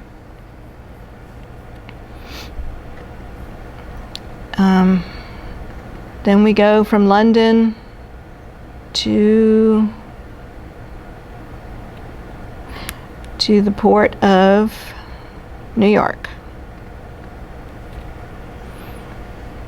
And then they're in New York here. Sorry for the jerkiness.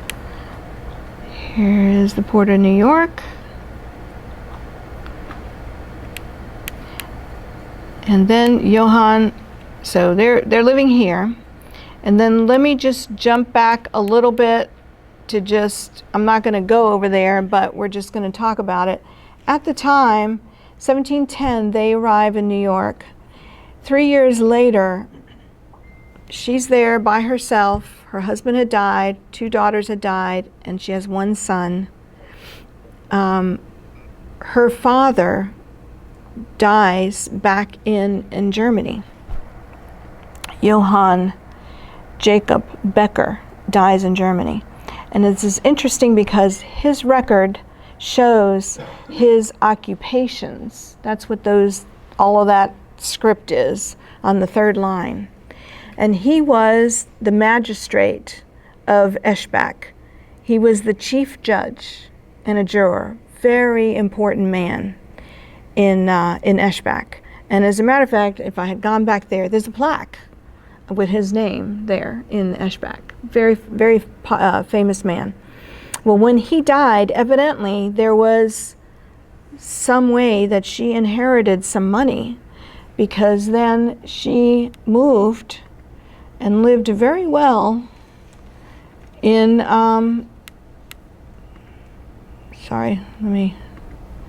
moved all the way up here.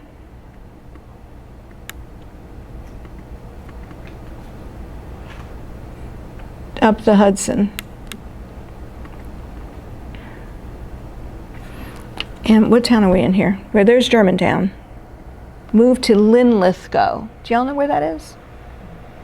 Close to Germantown? Yeah. South of the Catskills? Yeah, okay. So that's where they moved. And he actually became naturalized here in Linlithgow. It's recorded in Ulster County, but he was living in Linlithgow at the time. And this is how a naturalization looked like at that time. They basically had them stand up in front of court, and then they, had to say that their allegiance now is to the new colonies, and then they signed this document, and that was it. That was their naturalization. But when they did that, they get land. So he was old enough now. His father had died. His mother had inherited some money, and now he was old enough to get his own naturalization. And they then moved again. Of course, the mother, there's no naturalization for females. They don't hold citizenship. So I don't know if you knew that. Only the males hold citizenship. A female is whatever citizenship her husband was, or her father if she's unmarried. So we were left out, ladies. Okay, so then Johann Heinrich married Anna Margaret Schmidt, another German woman, and they married in Linlithgow at the church there. And then shortly thereafter, they moved to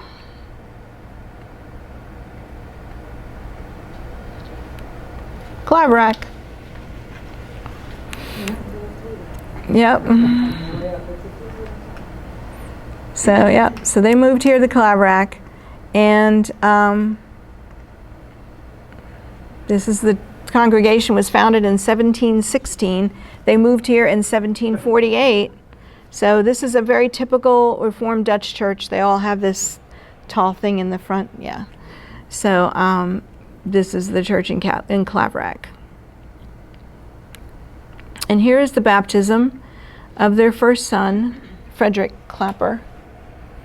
And there well, actually he was baptized in Germantown, but they were living in Claverack at the time.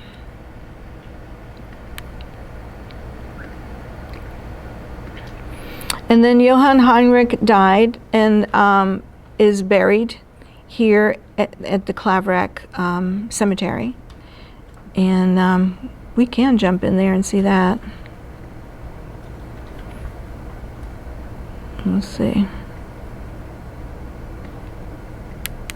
Well, I thought we could. Any of you been to the Claverack? I drove by. It won't let me jump it. Oh, yeah? I used to live in Columbia County, so. Oh, really? Oh, okay. I don't know. It's not going to let me in there. It's what? It seemed like it was right on the road. There's a big cemetery. Yeah, it's a huge... Dutch Reform. Yeah, it's right there. See, you can see it right there. It's huge. It's not letting me go in. I don't know why.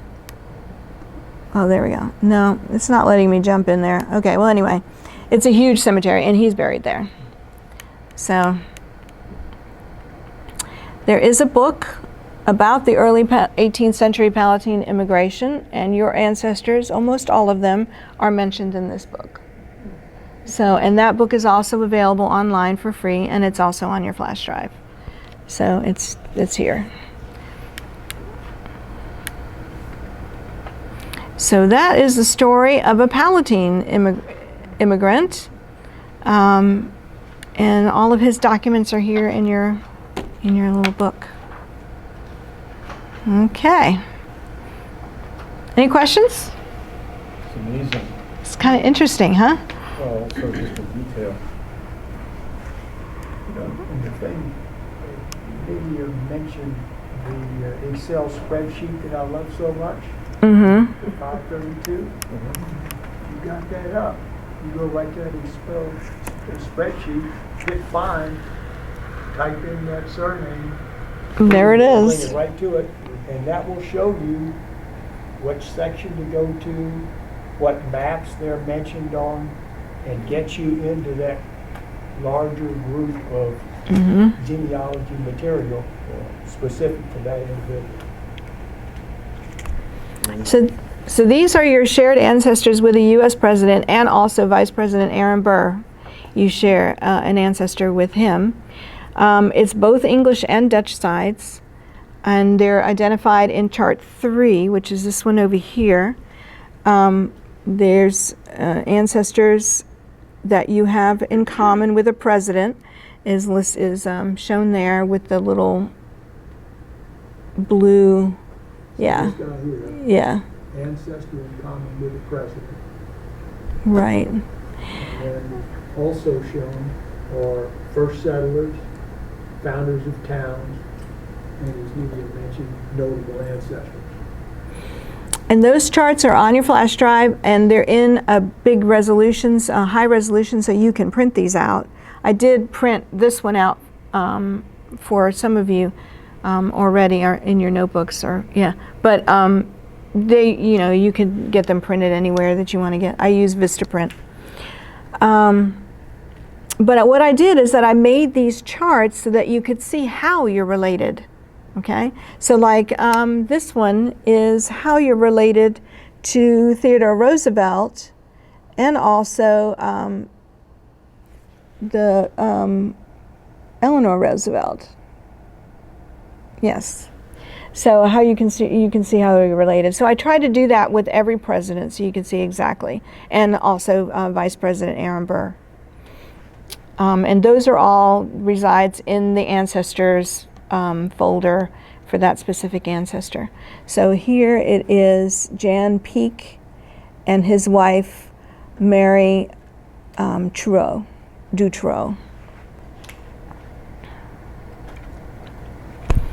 Also founders of towns. Your ancestors were founders of towns in 4 states: New York, Connecticut, Rhode Island, and New Jersey. They were all the first arrival ancestors that were founders. And I included their founding year and the lineage. And the first settlers of towns in 3 states: New York, Connecticut, and Rhode Island.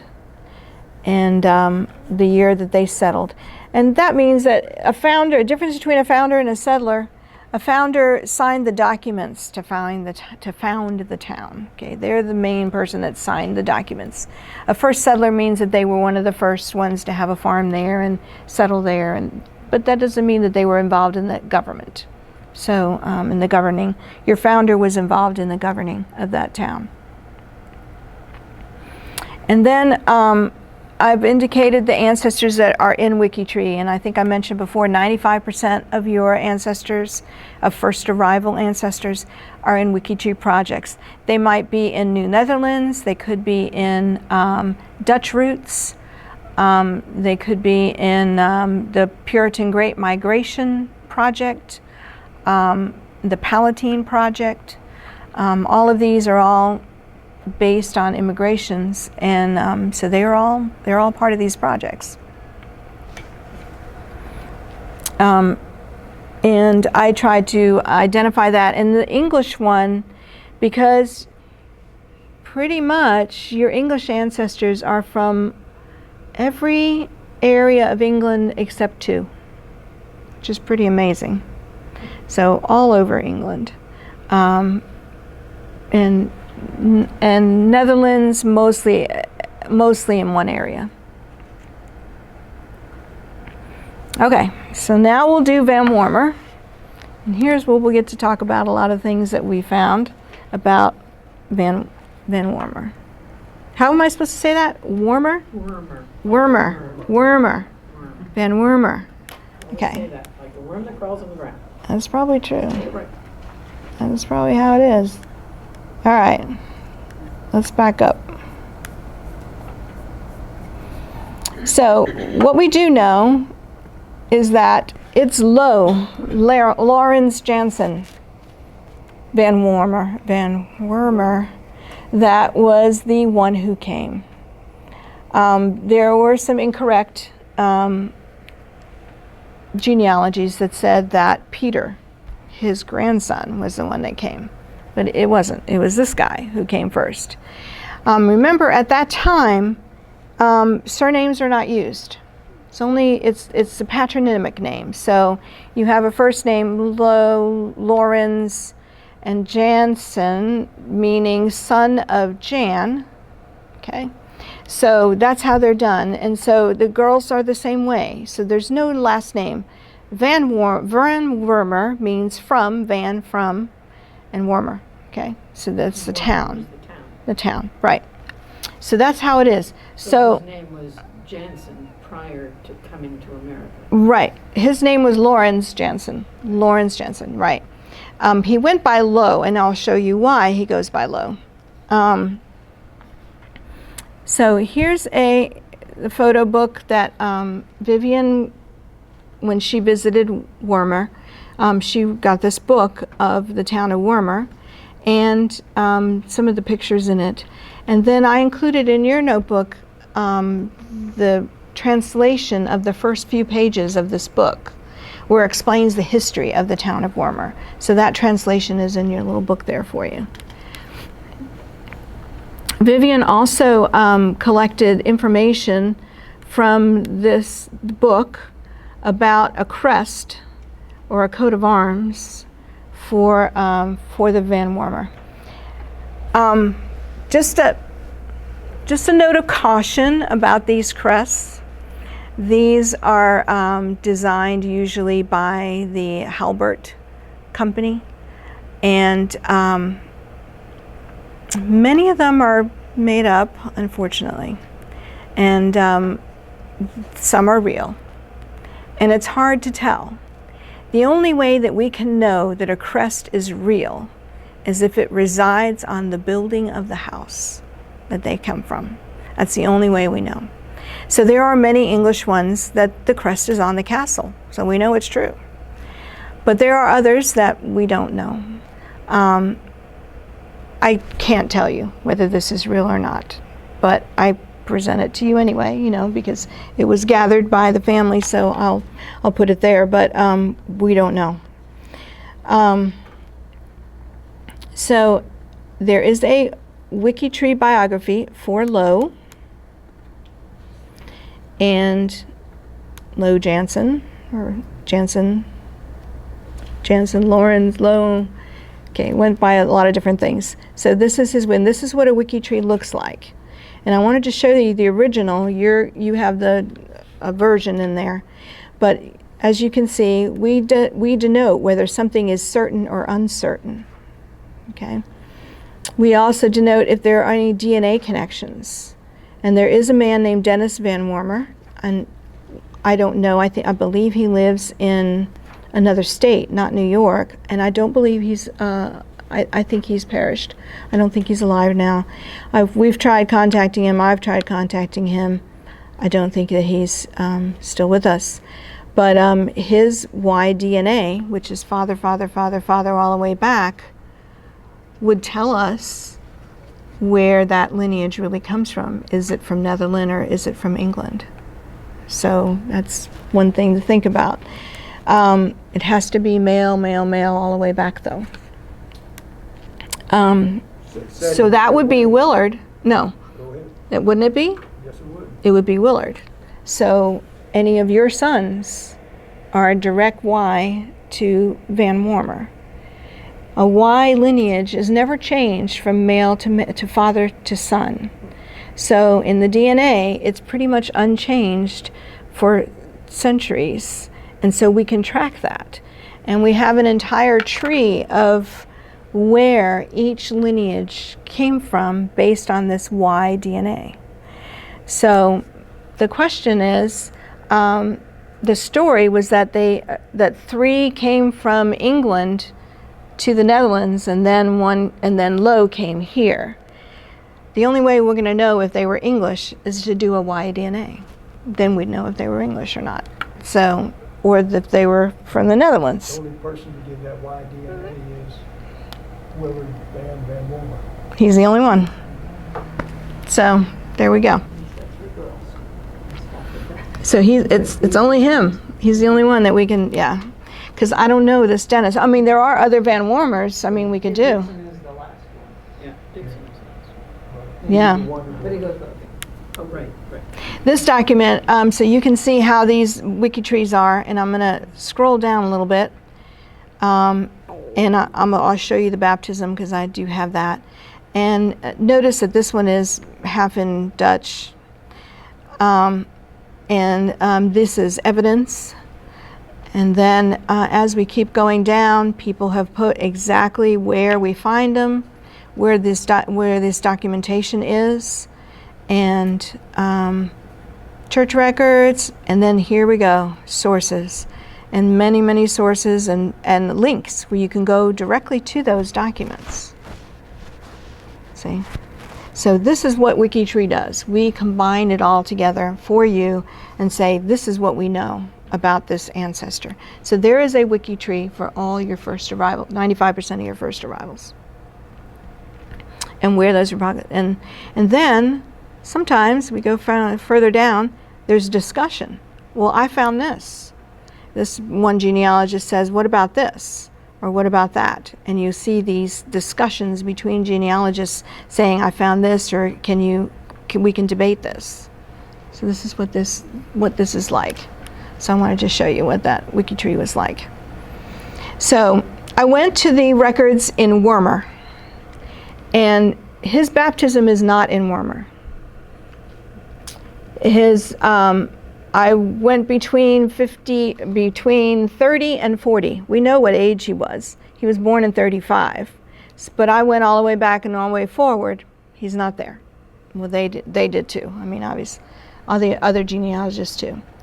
What we did find is that his baptism is in the town of Cromany. And let me just show you how close these two towns are. I'll bring that back up again.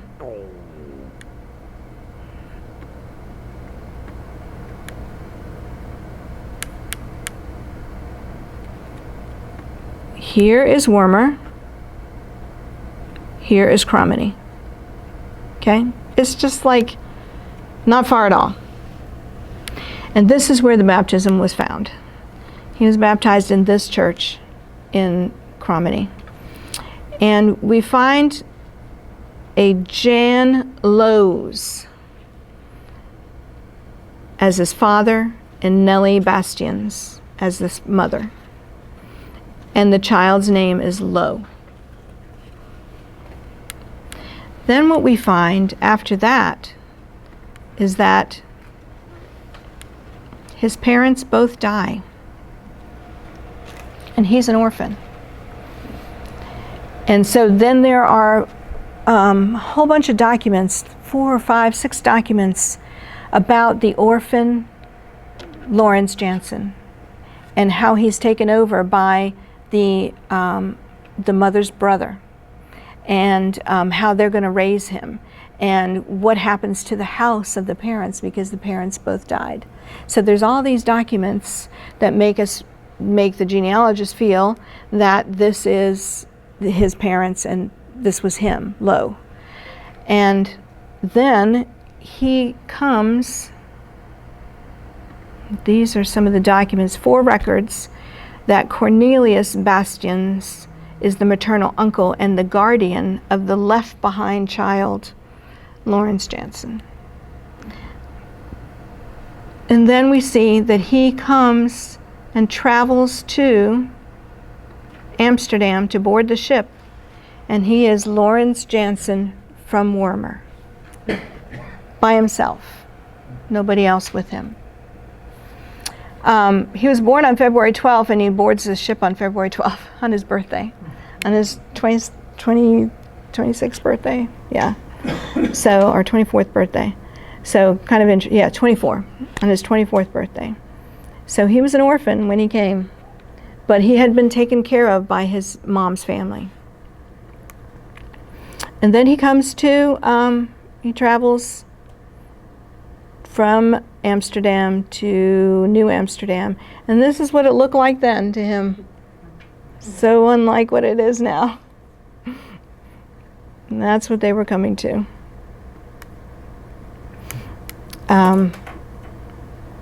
When he gets here, he marries Anne Snedeker.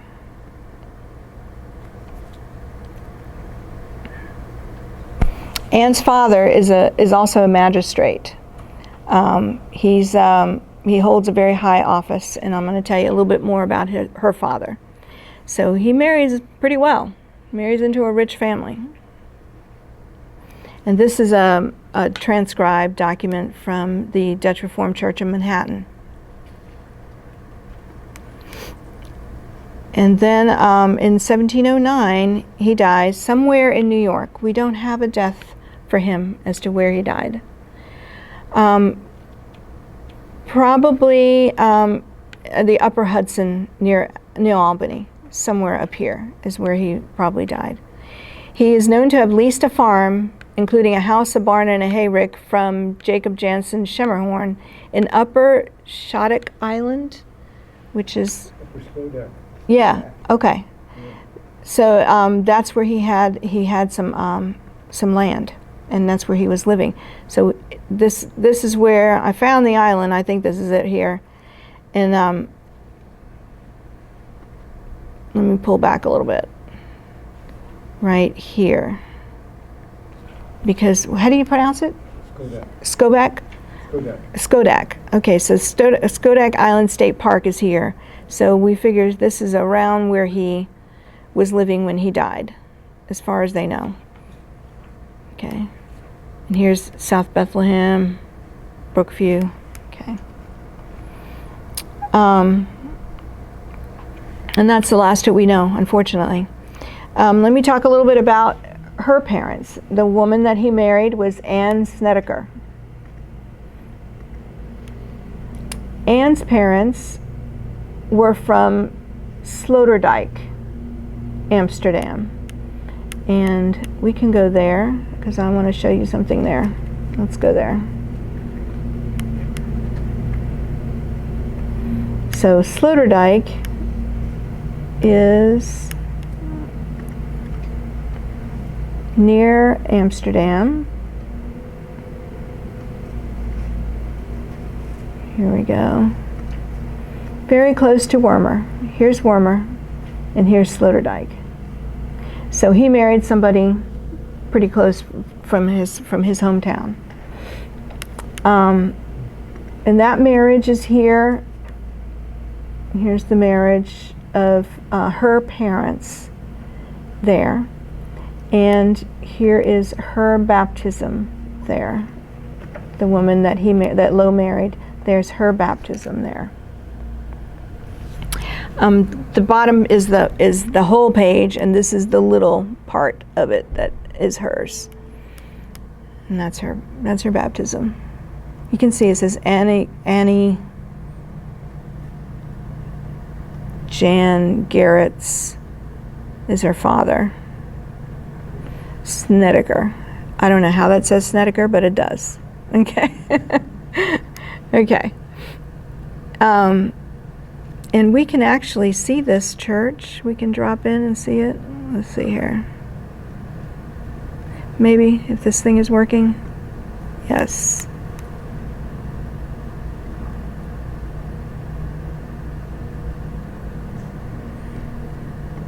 Kind of a cute little town.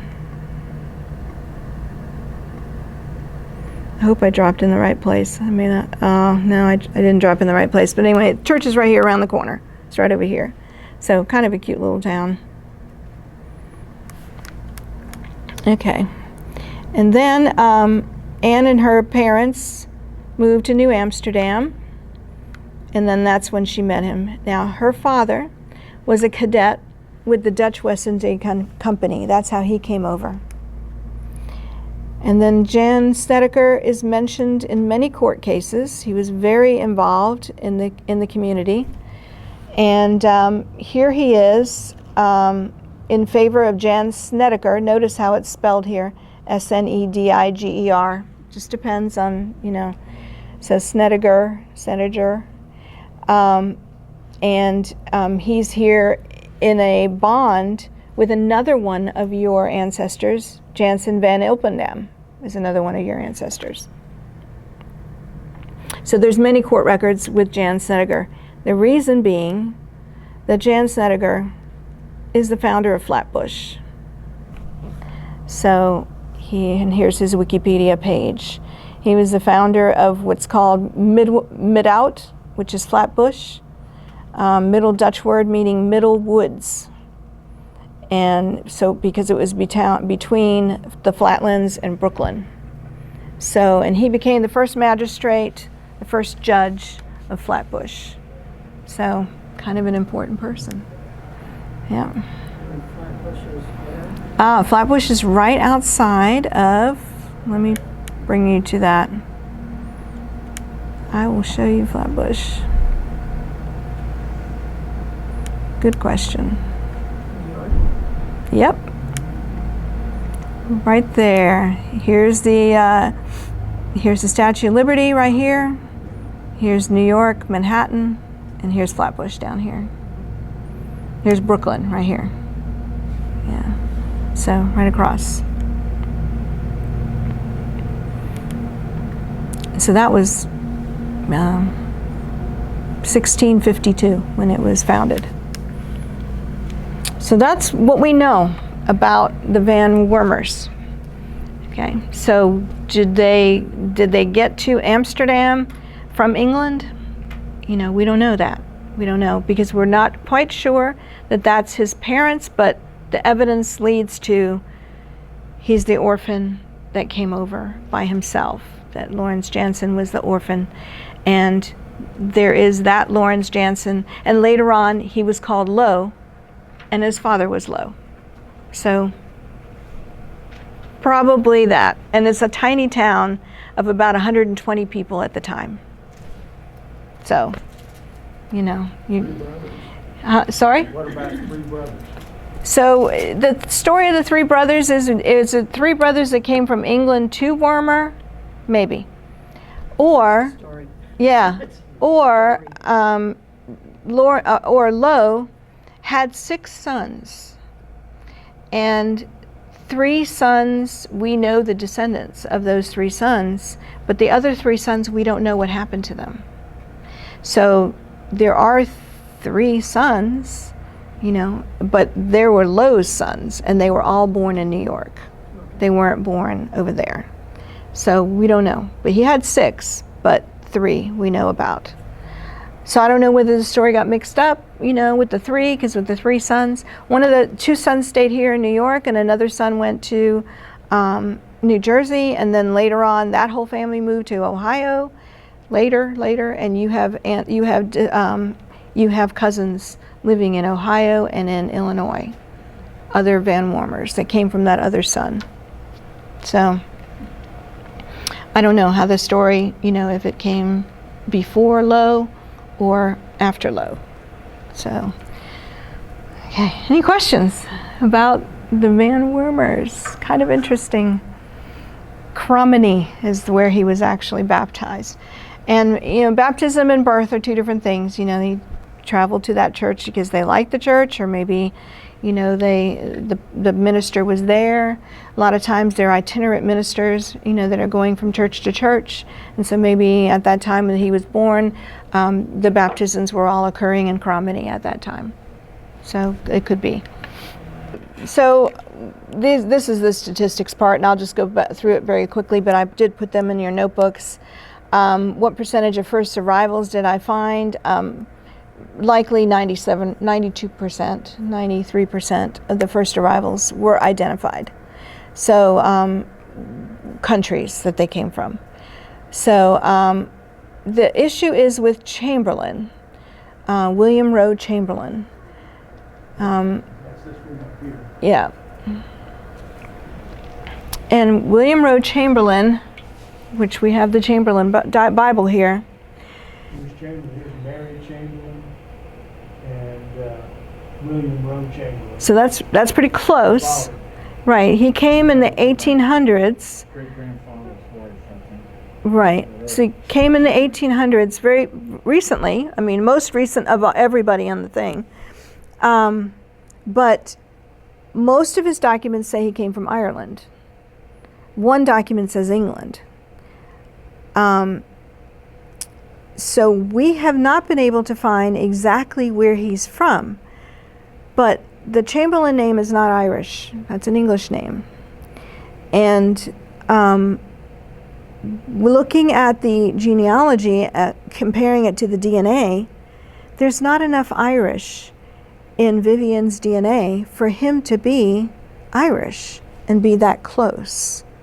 See, he's what, 3 generations away. So we would have much more Irish in his DNA, and it's not. So we had to look for some reasons, what was going on at the time in the 1800s. And there was a thing called the landed gentry, the landed English gentry in Ireland. And the Irish, of course, we've always had this big, conflict between England and Ireland. And what England did at the time is that they would allow landed gentry, in other words, people who had money and could set up a farm, to set up a farm in Ireland. And the Crown financed that so that they could, what they called, turn the tide. They could infiltrate Irish government, and they could infiltrate Irish business so that Ireland would become part of, England and would quit fighting them. So that's what they did. So it's called the landed English gentry. And I believe the Chamberlain family must be landed English gentry, because if he is from Ireland, he's English ethnicity. The same is true for another part of your tree, the Caruthers. The Caruthers are from Northern Ireland, from Belfast. Caruthers is still not an Irish name. It's also an English name.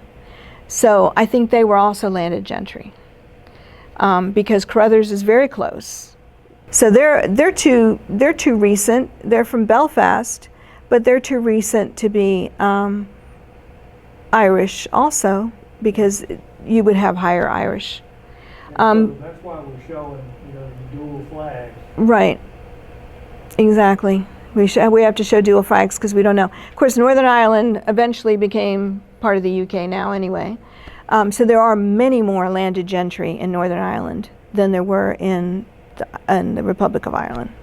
So just to know that we have a problem with Chamberlain. We don't have where he was from in Ireland or England or wherever he was from. So any information we can get about him, that would be nice, because we just can't extend that part at all. I don't know if I really want to go through all of this, but I did a weighted distribution of the assumptions. I took all the direct ancestors to the level of 6 great-grandparents, assuming that Chamberlain was English and Caruthers was English.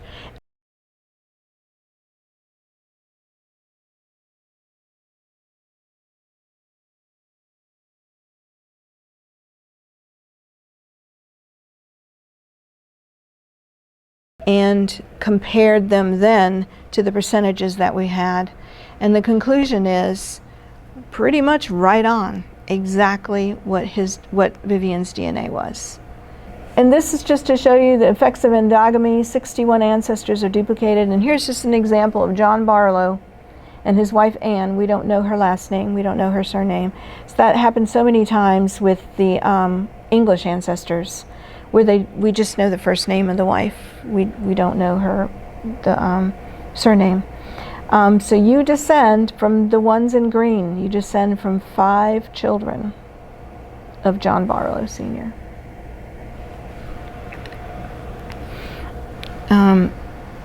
Another one, Philip Dutreuil.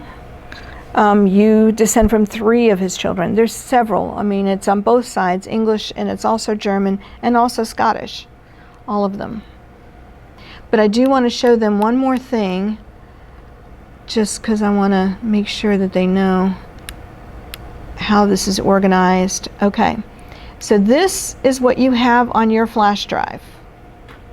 Okay.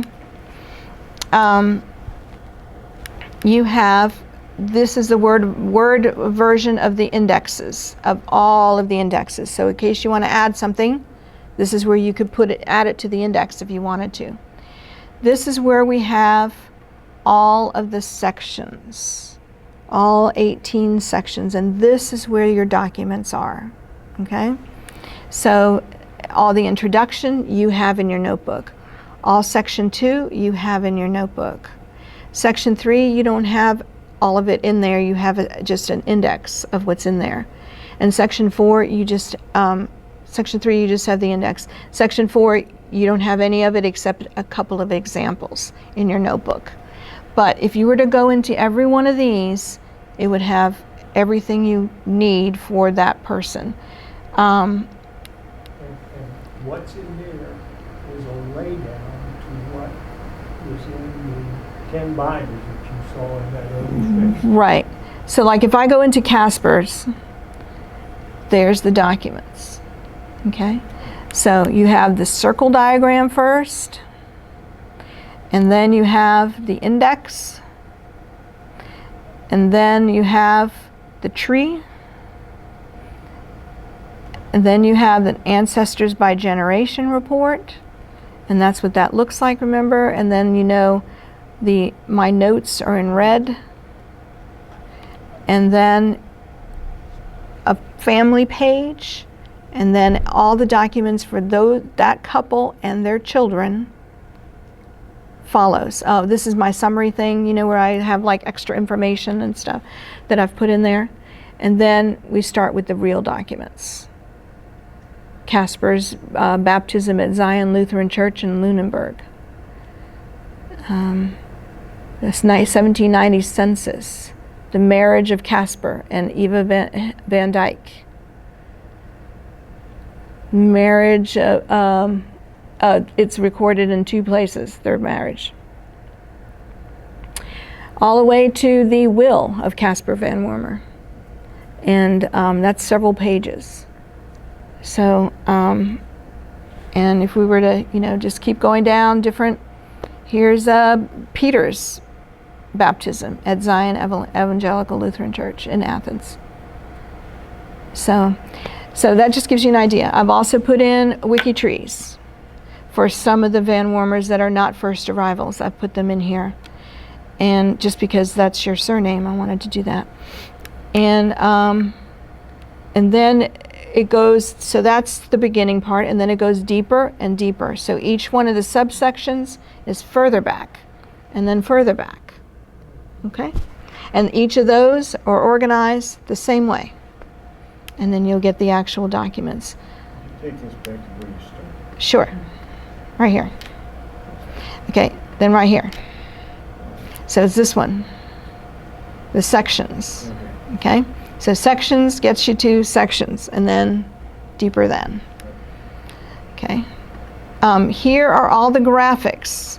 So the binder covers that you see there, the circles, and the charts are all here. So you could get them produced or printed or whatever you want to do. Okay, also I have this one, you know, that kind of a tree is in there too. Right. Why do they keep doing that? And then what else did I put in there? These are the things that I made just for you. So for each of you, you have a tree for your, like one for Alma, one for Cornelia, one for Willard. I made one for each of you, and they're in your folders, right? Okay. And then I also put just a letter to you all. And then the indexes that are specific for your notebook, because they're a little bit different than what he had. That's what's in there. And then these are the sources. And this is where all of those 122 actual books reside. So, and they're divided by city. So like if we looked at Schenectady, then we have the marriages in Schenectady. And here they are. Hard to read, but there they are. Past files are called GEDCOMs. And a GEDCOM is what I use, or is what is produced in any genealogy software. So any software that you make, that you use for genealogy, what you're producing is called a GEDCOM. And so I've given you the GEDCOM for this genealogy. So you can take that and put it into any program, any genealogy program. You could also take that GEDCOM and upload it to Ancestry or upload it to MyHeritage or wherever. Okay?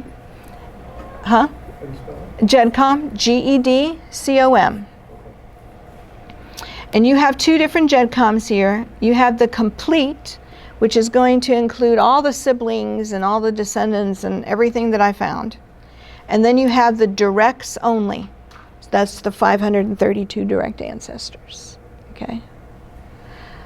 So, so that's available to you. So, you know, all the research. What comes along with that are all my notes, all the things that I've typed and read, and all of the sources. Everything is, but it's all text.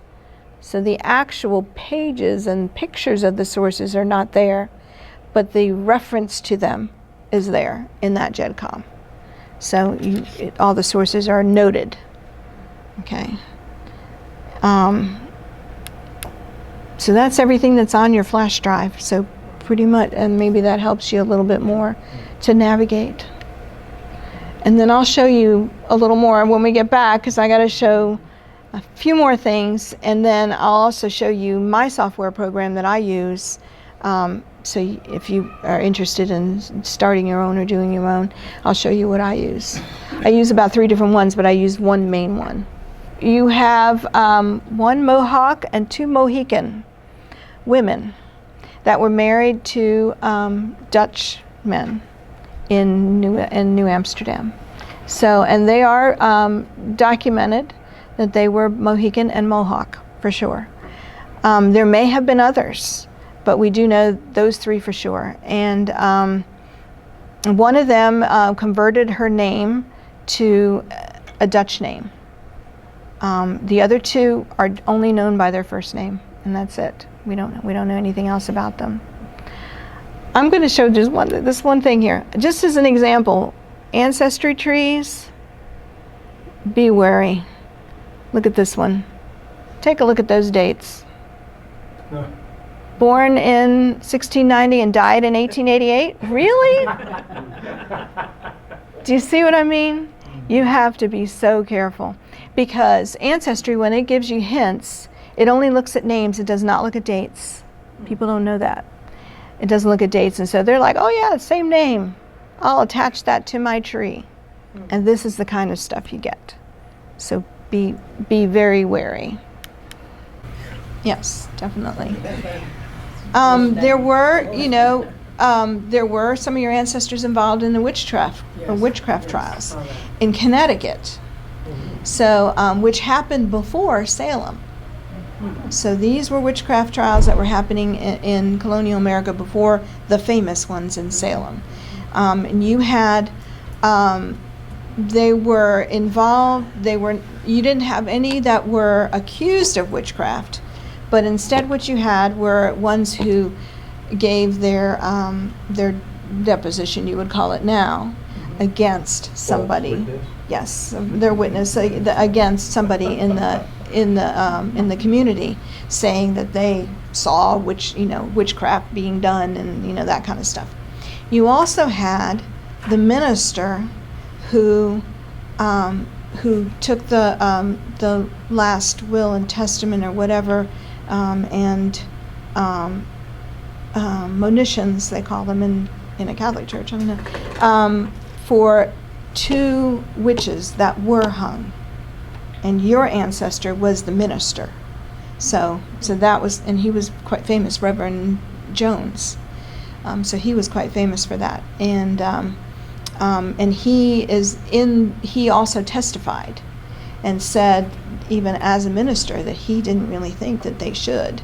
And everybody was saying to him that he should not administer to the witches, that was dangerous to go into the cell, that a minister to go into the cell and administer to the witches. But he said no, he felt it was his role in life. So there's like a long transcript about him. So it's kind of interesting.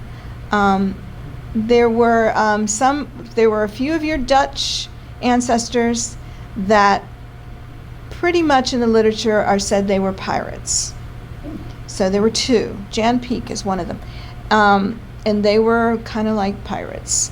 And they were villainous people. And they were had shady dealings. And as a matter of fact, some of them were banished from Manhattan Island because of that. So you have 2 of them particularly that were pirates, I guess you could call them. And that's in our files. Yeah, it's in there. And then one of them, actually, his child, your ancestor, was born in the Dutch colony of Brazil. Was born in Brazil. Hoffman, the Hoffmeyers. And they were born in Brazil, but they were Dutch Brazil. Brazil was owned by the Dutch. So you had one that was born there. And there were a couple other on the English side. There were also some that were not well received by the community, and they were banished from their towns because of whatever business dealings or the way that they treated people. And one of them that was treated very nicely and was a very nice person and got to stay in New England, but he was Catholic. His name was Jan van Loon, and he was actually Catholic, but he was very accepted because he had a pleasing personality, and he was a smith, a silversmith. So they let him stay.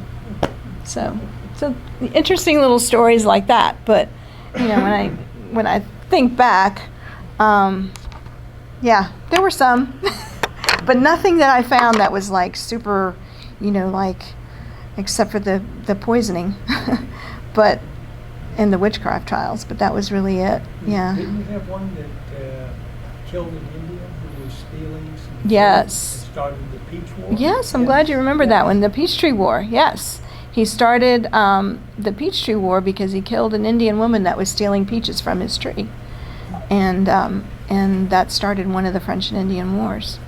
So yeah, thanks for reminding me of that one. Well, let's talk about. Oh, he's not back. Oh yeah, he's back. Let's talk about Philip du Treault. I'm not sure how the French spelling is, but he's your 7th and 8th great-grandfather, because you descend from 3 of his children, and it's a shorter generation span on one of those children because he was older. So you are 7th generation, 7th grandfather in one line, and he's 8th great-grandfather in another line. Okay. Let's see, where was he from? He was from Roubaix, and this is in France now, located in northern France. In Philip's day, this was Flanders, what was called Flanders, okay? And let me pull back a little bit so you can see, here's the town of Roubaix, and let me overlay that for a minute so you can see where it resides. Okay?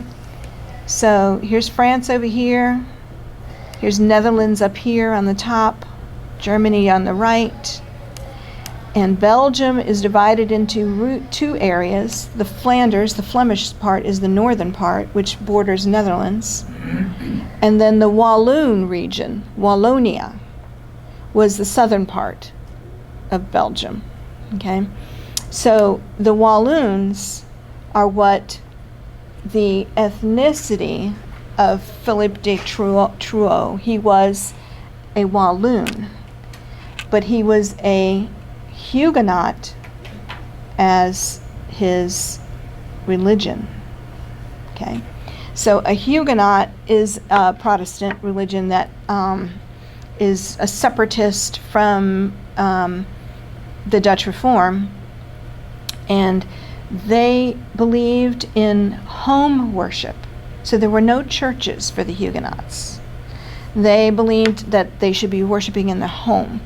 And that's where the name Huguenot comes from. Somebody in a minister in England or France, I think it was. His name is where that we derive the name Huguenot, and he believed in this home worship, and this is what they practiced. But when they moved to the Netherlands, they started to take over some churches because they needed to have a community. And so then we started to get these Walloon churches, which we'll see in Leiden in the Netherlands. So he was a Walloon because that's where he came from ethnically, but then he was a Huguenot by religion. So I have a little description here of who were the Walloons. They are from this area. They were actually a Celtic race originally who inhabited parts of France, the Alps, and the Danube Valley. And they embraced the Reformation, and they were eventually, the Reformation was eventually crushed out by the Spanish kings and Philip II. Spain ruled Wallonia at that time, and hundreds of thousands of Walloons sought refuge in neighboring countries to escape Spain and Catholicism. And so 100,000 of them exiled to the Netherlands. So this is the reason why he left. Even though he's from Roubaix, at the time, it's now France, but at the time it was Flanders. So he was part of this. But he was Wallonian. It's interesting because there's, where I live in Baltimore, there's Hannah Croix. She's kind of puzzled with Hannah Croix Creek. Where did that come from? Yeah. And then south of us, there's Huguenot history in the Hudson River Valley. Very much. A lot of Huguenots here. Yes. Still here. Yes, still here. That's really interesting. So I'll link to Philippe du Trouot, his wiki tree, and you can see here. And they talk about, I'll show you where his land was and everything. He was a very important man in New Netherlands. And he married into Dutch families. His two wives were French, but then all of the children married into Dutch families. His wiki tree page is 22 pages long. You only have the first 2 pages in your book. Okay, all 22 pages is on the flash drive for you. Just so many documents about him. So in 1615, around 1615, he traveled to Amsterdam from Roubaix, and it is there in Amsterdam that he married his first wife, Jacqueline Noret, in a Walloon church there in Amsterdam. And this is the church. Interesting kind of church. I can drop it in Street View, but it's actually being restored right now. So or when they took the pictures, so there's a white screen in front of it, so you can't see it. But that's the church, and here is their marriage here in the church. And the language is Dutch.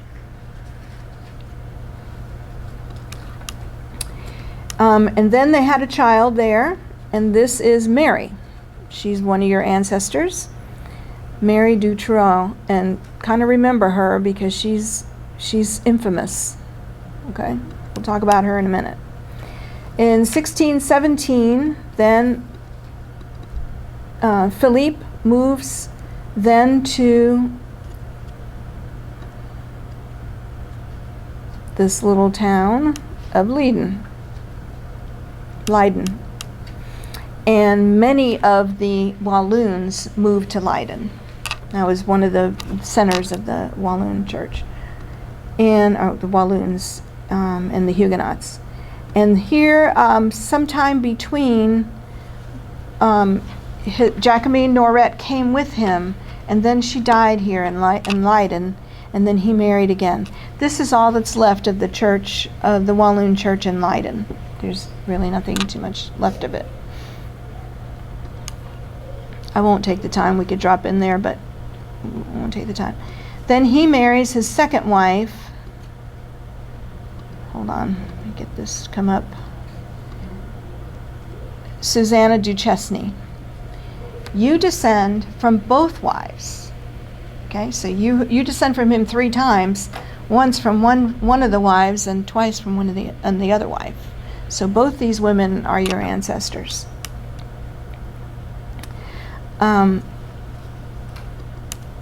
Then this family, then Philip and Susanna, now they move to New Netherlands by way of the Canary Islands, which is an interesting thing that they would take this route down to the Canary Islands, which so happens to be where my ancestors are from. That's why I had to mention it. And then over to New Netherlands, and then he went directly up the river to Albany, to Fort Orange, okay, which was here, way up the river. And we were talking about why to Albany? Why would they go so far up the river? It's because this is where the Mohawk and the Hudson meet. Yeah, so that's why the Fort Orange was here. So he lived here or there in Albany on Beaver Street. That Beaver Street is still there. There's warehouses there now, but it's the same street that he lived on there, Philippe de Dutroux. During his time here in Albany, he was then chosen and appointed to be the court messenger. So he became the court messenger for the Dutch West Indies Company between the Netherlands and New Netherlands. So this is a very important position. So in that position, here he's a Frenchman, a Huguenot, becoming the court messenger for Governor Kieft, which is amazing. So in that's why there's so many documents for him, because he's signing everything, and he's like a scribe for the governor and for the court. So then, because he became the court messenger, then he moves down to New York. He moves down to the island, to Manhattan Island,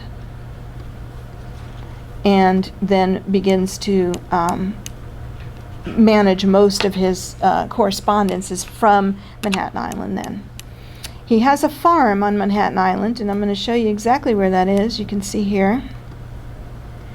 This indicates exactly where his farm was, number 10, right there, right on the other side of the Manhattan Bridge. And that's where his land was. This is one of those, overlays. You can see it's exactly like it. He dies here in he dies by the Indians. They killed him. They believe that it's possible that the Indians were not the guilty parties. Remember, he works for the court, right? So he's responsible for managing the Indians, right? So his exact date of death is not known, but previously in the court minutes, he was said to be a liar and a villain. So, We're good on the Indians. not good, yeah. So he was something else. He is also the ancestor of Teddy Roosevelt. And so that's how you're connected to Teddy Roosevelt. He was included in the Boersboom book, the Boersboom one in Dutch that I mentioned that I indicated your ancestors. That genealogy, that Boersboom book is amazing. It's 200 pages of that family's genealogy and all the genealogies of New Netherlands. And all of those people that are indicated there are your ancestors, all the ones in yellow. And so I went through the whole book, but what a wonderful book to find documenting all of your ancestors in.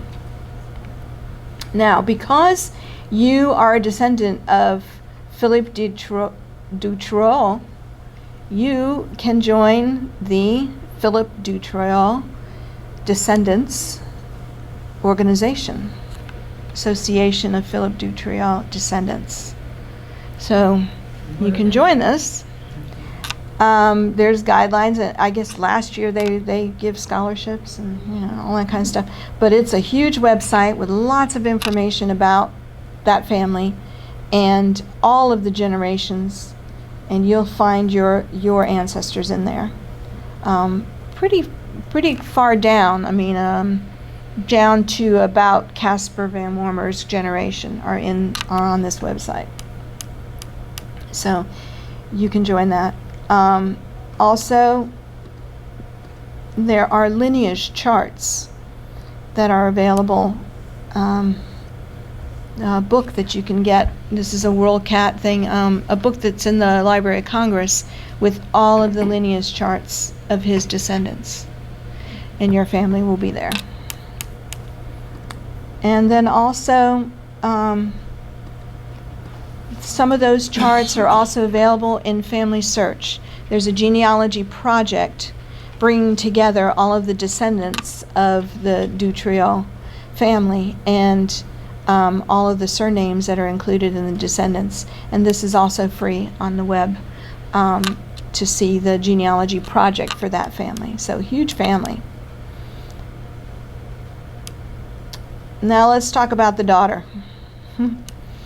Mary, or Myri, however you say it in Dutch.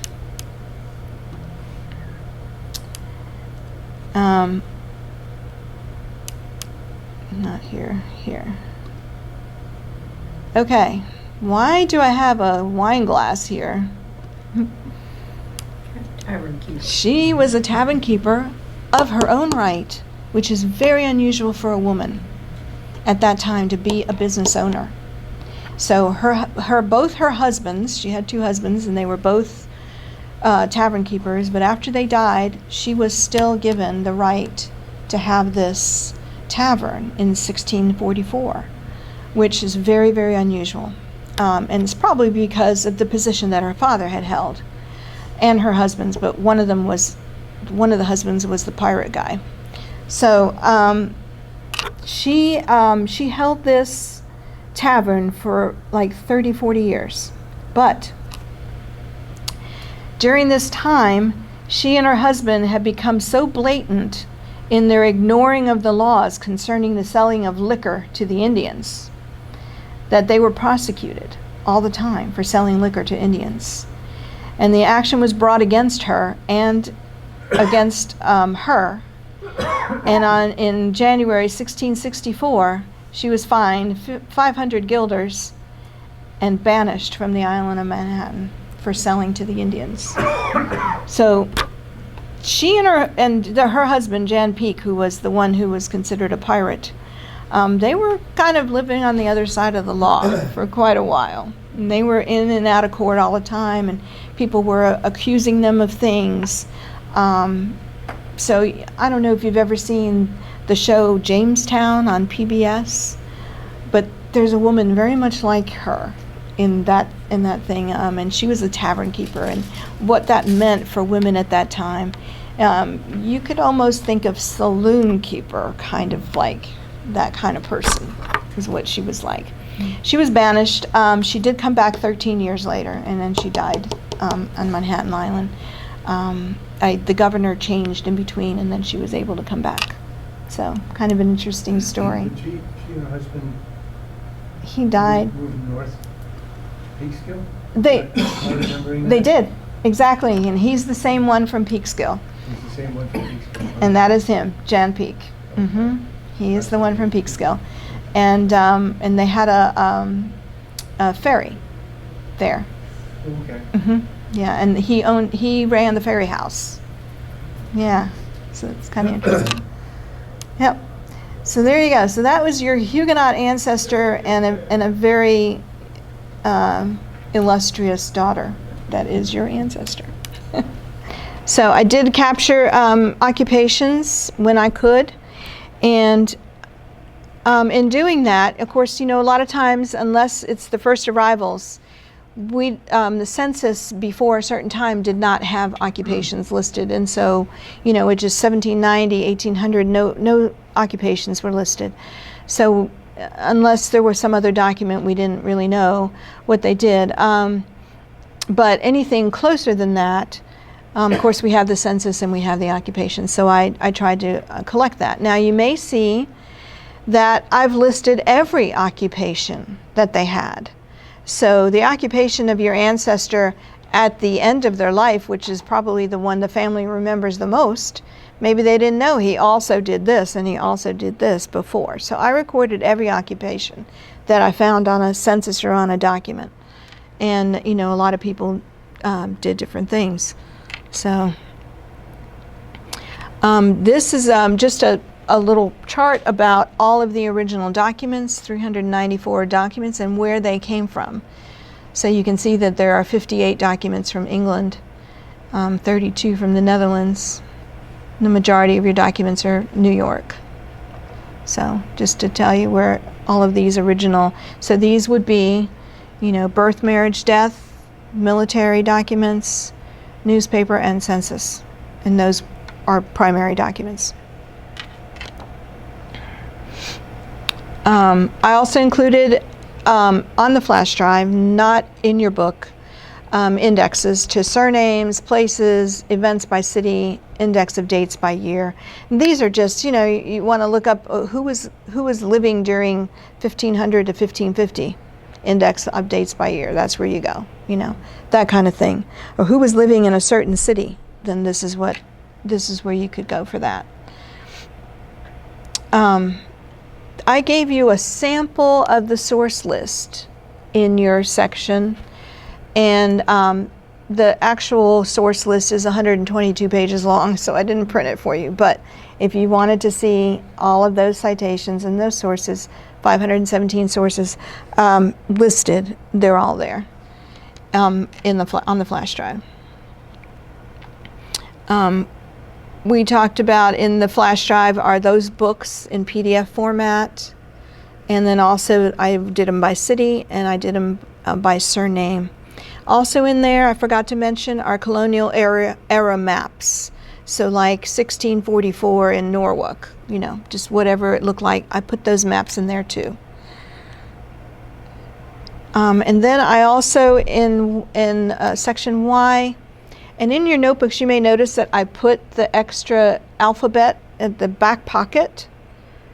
In case you really did want to just print everything that's in this other section, you have the letters to do it, okay? You have the dividers for you, okay? In case you did want to print everything. I have a little thing about naming patterns and the pronunciation of Dutch names, which I still didn't get after I read that, so I don't know. They're hard to pronounce. A document about the dates in colonial America and why they were different and how. And I also put in there the records that we've lost. You have a lot of family that was in Connecticut, and we've lost records in Connecticut from wars, from fires, from different things. And so we have a big gap in Connecticut with lost records. And then I also put a glossary of colonial American terms. What is a selectman? What is a freeman? You know, what do those things mean? what do they mean in their context? So I put a little glossary in there for you too.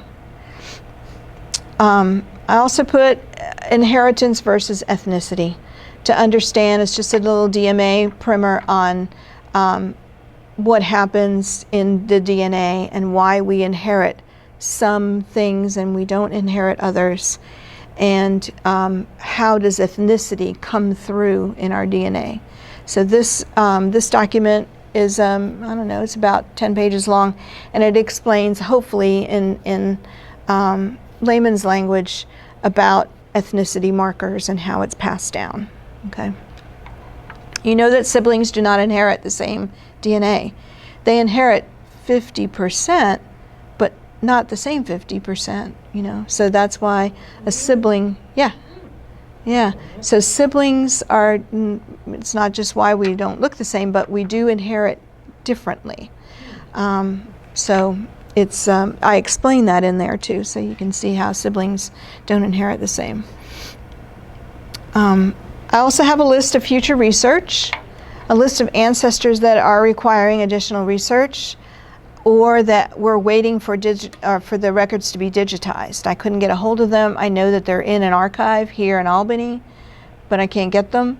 So I've made a list of things that we could still do, and that's in there too. There are also some lines that can be extended much further in their home country. So we could extend Philip Dutriel further in France. We could extend the Carruthers in Ireland. Yeah, we could do a lot of other, you know, how much further. And then we're going to talk about the Chamberlain issue here in a minute.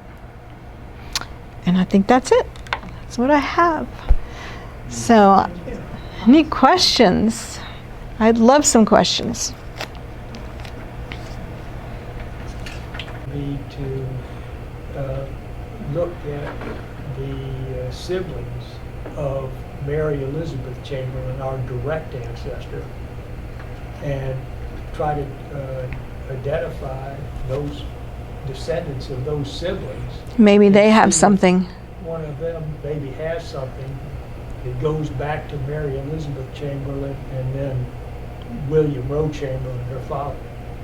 And that's the way we get it. But basically our target is the hometown, the family of William Rowe Chamberlain. I am back in. I have found your ancestor is Mary Elizabeth Chamberlain, and her brother is Augustus, who is mentioned on there. Okay, Augustus has descendants who are online and that we can contact. They're stuck in the same place though on their tree, but you never know. We could ask them, you know, or whatever.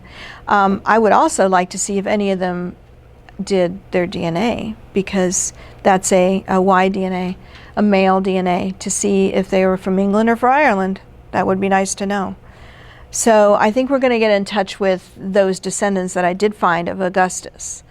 Also, now that we have a date for Augustus, for his birth, thanks to Sue. This is the wife of Augustus Chamberlain in her 29th year died. Yes, Sarah Voigt, yeah, right. Yes. So we might be able to find something else there.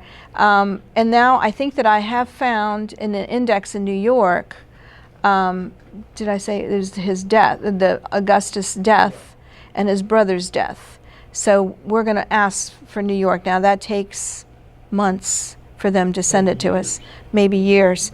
But yeah, but we're going to request it from New York to see if we can get it. And maybe it will say where the father was from. We're just hoping.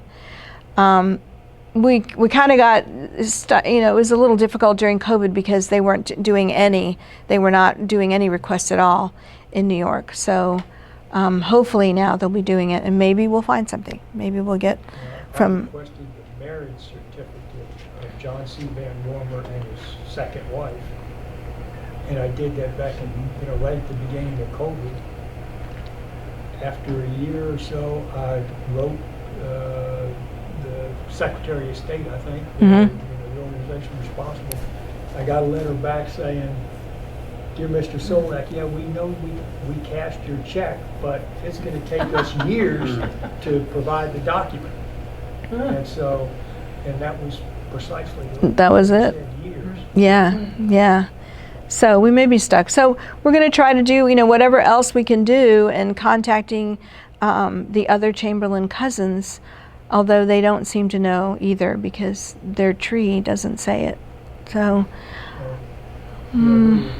we're stuck. We're stuck. We were hoping there was going to be something in there we could use, but yeah, and this happens, especially, he... We have a signature.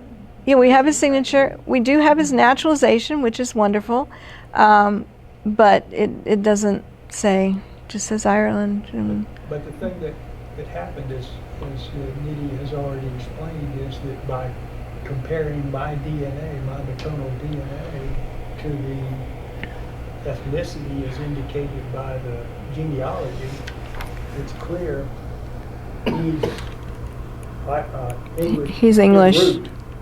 Yeah, definitely. But, maybe he passed through Ireland for a generation or two, but that's it. I wanted to show you what my program looks like that I use. I thought maybe you might see. I use one, I don't know if anybody is a Mac person, but I use one that is only on Mac. It's called iFamily. And here you can see how anything in this green color is a direct, you see, and the siblings are not in the green color, and that's what keeps me on my track, to make sure that I'm going the right way. And as you move on, you see, I can just keep moving forward, whatever line I want to do. Here's Van Heusen. We'll just do Van Heusen for a minute. Here you go.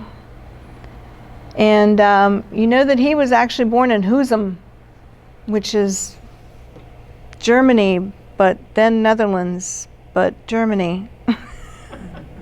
Because it went back and forth, yeah. But there's him, Jan France, Van Heusen. Is that how we say it? I think Van Heusen, Van Heusen. Van Heusen. Van Heusen. Okay, yeah. So originally the spelling was Hoesen. That's what the documents are in, Hoesen. And then I guess it got changed as you go through. Yeah, But I see my name up there, but yeah, and as you see, you descend from you have two lines of Van Heusen. You descend from Judith and Caspar, who are from, this is the father of Judith and Caspar, this is his father, and then the original one that immigrated. So, and this is why I like these programs, where you can see very clearly who are the descendants and who comes through. So just to give you an idea of the kind of program that I use, and I can jump around and see anybody that I wanted to see, say like Olive, and there's Olive Alexander and John Cornelius VanWormer, and then here I ended the Mertlots, because this is the couple that came, the Mertlot, James Mertlot and Powell. I did get their parents, but I didn't go further, but that can be done, okay? Because I just ended when I could anchor them there. That's where they're from. I know where they're from, but these lines can be further researched. So just to kind of give you an idea of what this looks like, when you do a genealogy, always make sure that you get a program where you can import somebody like this work that I've already done. You should be able to import it into it and then continue on. And so we're going to talk a little bit about what the future is of your genealogies. Okay, any other questions? I have a question. Yes. I have a couple questions. I want you to have a question, yes. I could be wrong, but it's my understanding that everybody has mitochondrial DNA Yes. that is identical to their mother. To their mother, right. So I'm curious if you could just quickly trace the maternal line. Mm-hmm. The mitochondrial DNA on yours, so let's just say yours is Cornelius, right? Cornelia. right? Yeah. So your mitochondrial is going to be Olive Alexander, and then it's going to go to the Mertlots, and your Susan Powell. This is your mitochondrial line. They're Susan Welsh, Powell. No, they're English. English. Yeah, they're from Herefordshire. Oh, I see. And then this woman, unfortunately, we don't have her last name. Her name is Catherine. That's all we know. She married Thomas Powell. The records here in this area in Herefordshire are a little bit difficult to get during that time. You think about 1800s, what was going on in England and the wars and everything. So we're missing some records. We have a gap of about 50 years. They're not digitized, and probably a genealogist there could help us with extending this family. But this Catherine is your mitochondrial line. So, but they're all English, very English families. I would assume that she would be too, so, yeah. But that's as far back as we can go on that side. Yeah. Good question. Excellent question. Another question. It's like on the TV shows, the shame sometimes is people's ancestors were slave owners. Yes. Do you look for that? Do you often find it? Did you find it with us? Yes, I did. And there's a document in section 3. Let me find that.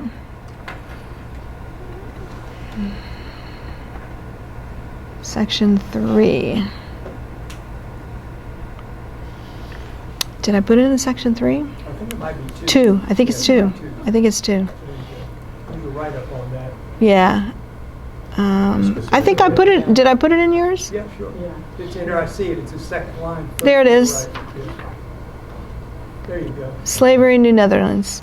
So those ancestors right there were all slave owners, including a female, Really? Caitlin DeVos, who was a Huguenot, and she was a slave owner. Sander Glenn, super important person in New Netherlands too. I deliberated, but I wanted to do VanWormer, but he was an important person, and his son, Captain Johannes Glenn. And then the Van Patten family, a huge farm and many, many slaves. And then Harmon Vetter married 2 Mohican women, but he also had slaves, but they were not Indians. They were African slaves that he had. So sometimes the Indian nation, the Native Americans, were taken as slaves. Not very commonly, but they were. But not so with any of these. All of these had African slaves. And they emancipated them, and there are letters for emancipation. And especially for Sander Glenn, he emancipated his slaves very early. I mean, we're talking about 1600s. He told them not to be slaves anymore. Can you say the motivation for that? The change in the way that the English and the way that the New Netherlands people thought of slaves was very different. The New Netherlands people didn't necessarily think that they owned them. They were, if they could release them at any time and have them train as an apprentice for something, they would rather do that. So they weren't like the English. The English really liked to have the slaves. So it was a little different theory with the people in New Netherlands. There were some of the English that did have slaves. I just didn't make a little chart about them, but it does explain that in their wiki tree. But I wanted to explain about what slavery was like in New Netherlands, so that's why I wrote this article, because it was very different. They treated them much better. So, okay. Good questions. Wow. Excellent questions. Thank you. Any information about the Van Patten farm? Uh-huh. About the Van Patten farm? Yeah. I'll have to see where I can dig it out, but yes. They had a large farm, and I can't remember where exactly, yeah, but they did have a large farm, and they, I think I have some documents, some land documents for them, a tax record, I believe I collected for them. So, and they are there's 2 books that I would recommend. One is called Mohawk, can't remember, the Mohawk something. I've got it in here on your list of sources, and Mohawk Nation, I think it was called, and there it talks about all of your New Netherlands ancestors, and that's pretty much where I got a lot of the things about slavery from that book. And then also the island at the center of the world, which is all about Manhattan Island, and talks about them. And then there's also a 3rd book called Beverwyck, which was the original name for Schenectady. And so then and that book talks about all of your ancestors from here. And so I got a lot of information, a lot of charts, a lot of what occupations were, where they owned their land, is all in one of those 3 books. And you can get them on Amazon. They're like $20, not expensive. Do we have family that you've documented coming through Canada? We have the Benaways. Ezekiel Benaway. Ezekiel Benaway, who is on the Melius side, okay, Philomeno Melius's side. That great-great-grandma Benaway, that's great. The great-great-grandma on there is Benaway. Ezekiel, let me see if I can find him real quick. Here's Ezekiel Benaway. Malay is here, Yeah. and Benaway. So there's Andrew William, there's Philomena, there's Andrew William. His mother was Elsie Benaway, which is great-grandma here. Her father was Ezekiel Benaway. And he deserted to Canada. They was living in Claverack. He was a private in the 1st New York Regiment in the Revolutionary War. And he enlisted in 1777. On April 21st. He deserted on May 8th. Wasn't in there very long. He deserted from Saratoga, okay, right at the time of the Saratoga War, the War of Saratoga. And he deserted to Canada. He later returned to Claverack and had children here and stayed here and died here. Or we think he died here. But I found him in Canada. And he was on the census there in Canada. So he was there for maybe a year, 2 years, and then came back after the war. But he's the only one I found in Canada. So, yeah. Well, that's not far. I mean, he must have walked. I mean, how do you desert? Yeah. Why join the Revolutionary Army and then desert to where the Loyalists would go? Exactly. Exactly. Don't know. But he deserted. Yeah, he definitely deserted. I do have his record, his military record, and it says there exactly the dates that he enlisted and the date he deserted. So, I guess that's infamous. You can't claim DAR on that one. That brings up, how do you claim DNR? How do you? Well, you have to. There's forms and everything that we fill out, and then this genealogy, it would only be the genealogy directly to that person that they want. They don't want the whole thing. They just want the documented to that person, which I can generate from this program. And then you fill out that application. There's like a $200 fee, and then they tell you and they have to be careful because in this case, yes, he was in the Revolutionary War, but they would not accept him. There are also ones that were, quote, a Revolutionary War, but then they turned later, or they found out that they were really not in the Revolutionary War. Instead, they were just using their house. That doesn't count. So there's like things that people have applied for and then found out that no. And then found out that they were a turncoat and then, and left. So, and even if they fought in the Revolutionary War on our side, but then later left and went back to England, you can't use them either. So, so there's a lot of things, but it's not a difficult process, and we have it all basically done for you to apply. But we apply from whoever it is that's applying. So if you applied, it has to be all of your documents all the way to him.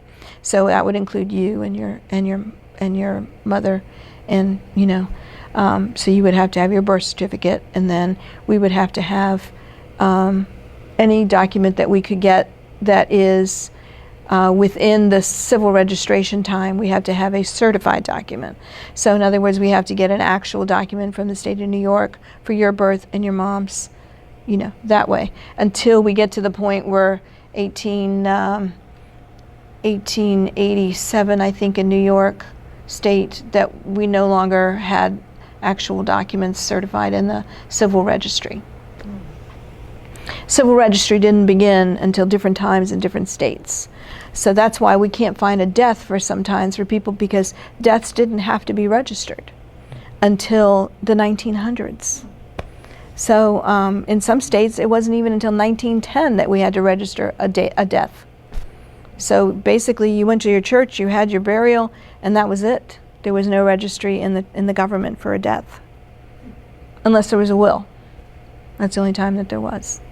So, yeah. So it's not a difficult process. It is expensive. I think just the application process is $200, and then there's more on top of that. So, I don't know what the prices are right now, but probably closer to $500 for per person. So for you, and then you would have to do a separate one for your child. It doesn't fall under yours.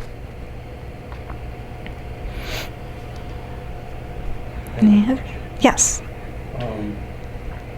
I was just thinking, when I was thinking about this, that if somebody were black and were to ask you to do the genealogy, probably wouldn't go very far, or it would be very difficult.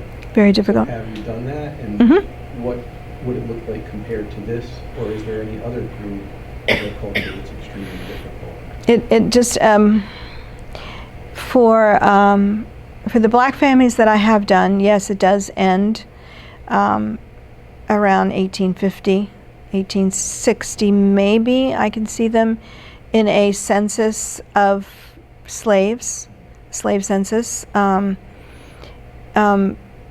it would be just their first name. And sometimes not even their first name, sometimes just male, female. It'll give the age, but it may not even give their name. Basically, what we're going to be looking for before 1860 is the surname that they were given when they were emancipated. So they took the slave owner's surname. So you look for that slave owner, and then you look at the slaves that he owned, and you try to match it up with the families. You might get lucky and find an emancipation letter where they've named their slave and and they give their name and their emancipation. And there are those letters, and I have found a few for some people. And in other times, you're stuck. It's sad. If maybe 4 generations or so. Pretty much, that's it. 1860. That's it. If they were free blacks in the North, that's a different story. Then we can track them. Many times the free blacks in the North were from Caribbean islands and Africa. But many of them were brought from Caribbean islands from the Dutch. They brought because they owned so many islands there. And so we sometimes can track free blacks in the North. And occasionally I have had one experience where I was able to track one at least to find the country in Africa. So, and that's only happened one time. So, yeah. And that's only because they came from a Caribbean island, and the Caribbean islands were always very good at saying that they came from Ghana, or they came from Guinea, or they came from, where they came from. The Caribbean islands give more information in their documents. So, like a Spanish document, a Spanish document gives parents, grandparents, sometimes even great-grandparents on a baptismal document. You get everything. And that isn't true here. Here we're lucky if we get the mother's name at all. We'll get the father's name for sure, but we may not get the mother's name. All right. 2 more questions. Absolutely. Technical. As I'm watching all of this, I'm thinking, if you're in New York City or Peekskill or whatever, it might be interesting to visit certain places. Do we have coordinates in these files for some of the documents? I've been thinking maybe a little larger, that they could put a plug-in on this and export it to like Google Maps. It does. And if your phone would go ding, you have a relative. Yes, I just didn't link it. So this is a summary of all of the places, okay, in your genealogy. And if you notice here, the coordinates, I just have not linked the coordinates because I typically, sometimes I'm not online when I work on genealogy. So sometimes, and I don't do it, but yes, coordinates can be linked in. Most of yours genealogy programs will do coordinates, and it'll be part of whatever the place is. So like all of these, you see you had two people that died at sea. Charles Tainter, who was from Wales, and Johann Klopper, which we talked about earlier, he died at sea. So, yeah. And what was your second question? Well, my second question, and of course you don't have to answer if you don't want to, but my experience here is this must be the super ultra deluxe package of genealogy work. And so then I'm wondering, what do most people ask you to do, which is probably not nearly this much, and what would that cost? Most people will, I'll send you my prices thing, but most people will say they want to go to their third great-grandparents, basically, 32 great-grandparents. Okay, that gives you 32 lines, 32 surnames, and 32 countries. That's basically what I do right there. And how long does that take? It depends on where and if I'm translating documents or if they're difficult to get. But no. 6 months? Couple months, 3 months, probably 3 months. It just depends. For 32, yeah. It depends, It depends on where they're from. I mean, I had somebody that had ancestors in Israel. I do not read Hebrew, so that was difficult. But it so happens that if you go far enough back in Israel, and they so happen to be in churches where they recorded in Latin, and I can read Latin, so that worked out. So, it just depends. If I have to spend a lot of time translating things, it's going to take longer, yeah. So, but it's very individual. But most people ask for that. And then I kind of usually do that so that then we can see where are we with these 32 people. Where are they living, what is possible, and what is their ethnicity, and then I can usually tell them more. Well, this part we can probably do further. This part we can't. I have done, Tom will know, I have done 2 other genealogies this large, and then another one would be my own, which I go back to the 1200s on mine. So it would be mine, yeah. Mine is probably the largest one, and then Tom's is next, or yours is next. Yeah.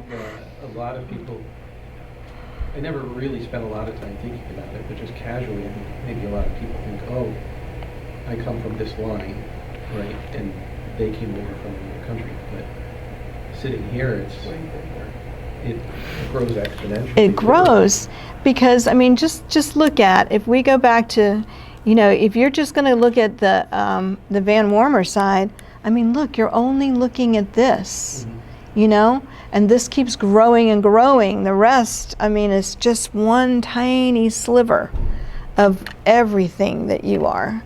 And that's typically what happens. And I'm going to say this just in all fairness and all truth. Most men, because they carry the surname, only think of that surname. Whereas females, we usually think of the other surnames because we know we were another surname. So I have a hard time sometimes with some of my male clients that come to me and they just want to go down that one row. Right. Now I'm like, that's a tiny fraction of who you are and what your DNA is. So, That yeah. was part of the reason I asked that. Yeah. The thing is that when you think of, okay, how many direct ancestors do you have? Well, the answer to that is 2 to the n. Right. So it's Exactly. the 13th. If you go 13 generations out, it's a big number. Yep, thousands. The only thing that mitigates against that is this endogamy. They'll pull things in a little bit. So it's not a pyramid necessarily. With endogamy, it comes in a little bit. Right. It's called pedigree collapse, is what it's called. Mm-hmm. My grandfather's books that I was mentioning, one of the things I was thinking is that much of it they're satisfied with, but then there are little mysteries, and I don't know if that's something to do to answer this question. Yeah, yeah, a specific, a customized research for certain questions. Yeah, definitely. Let's do that. Thank you very much.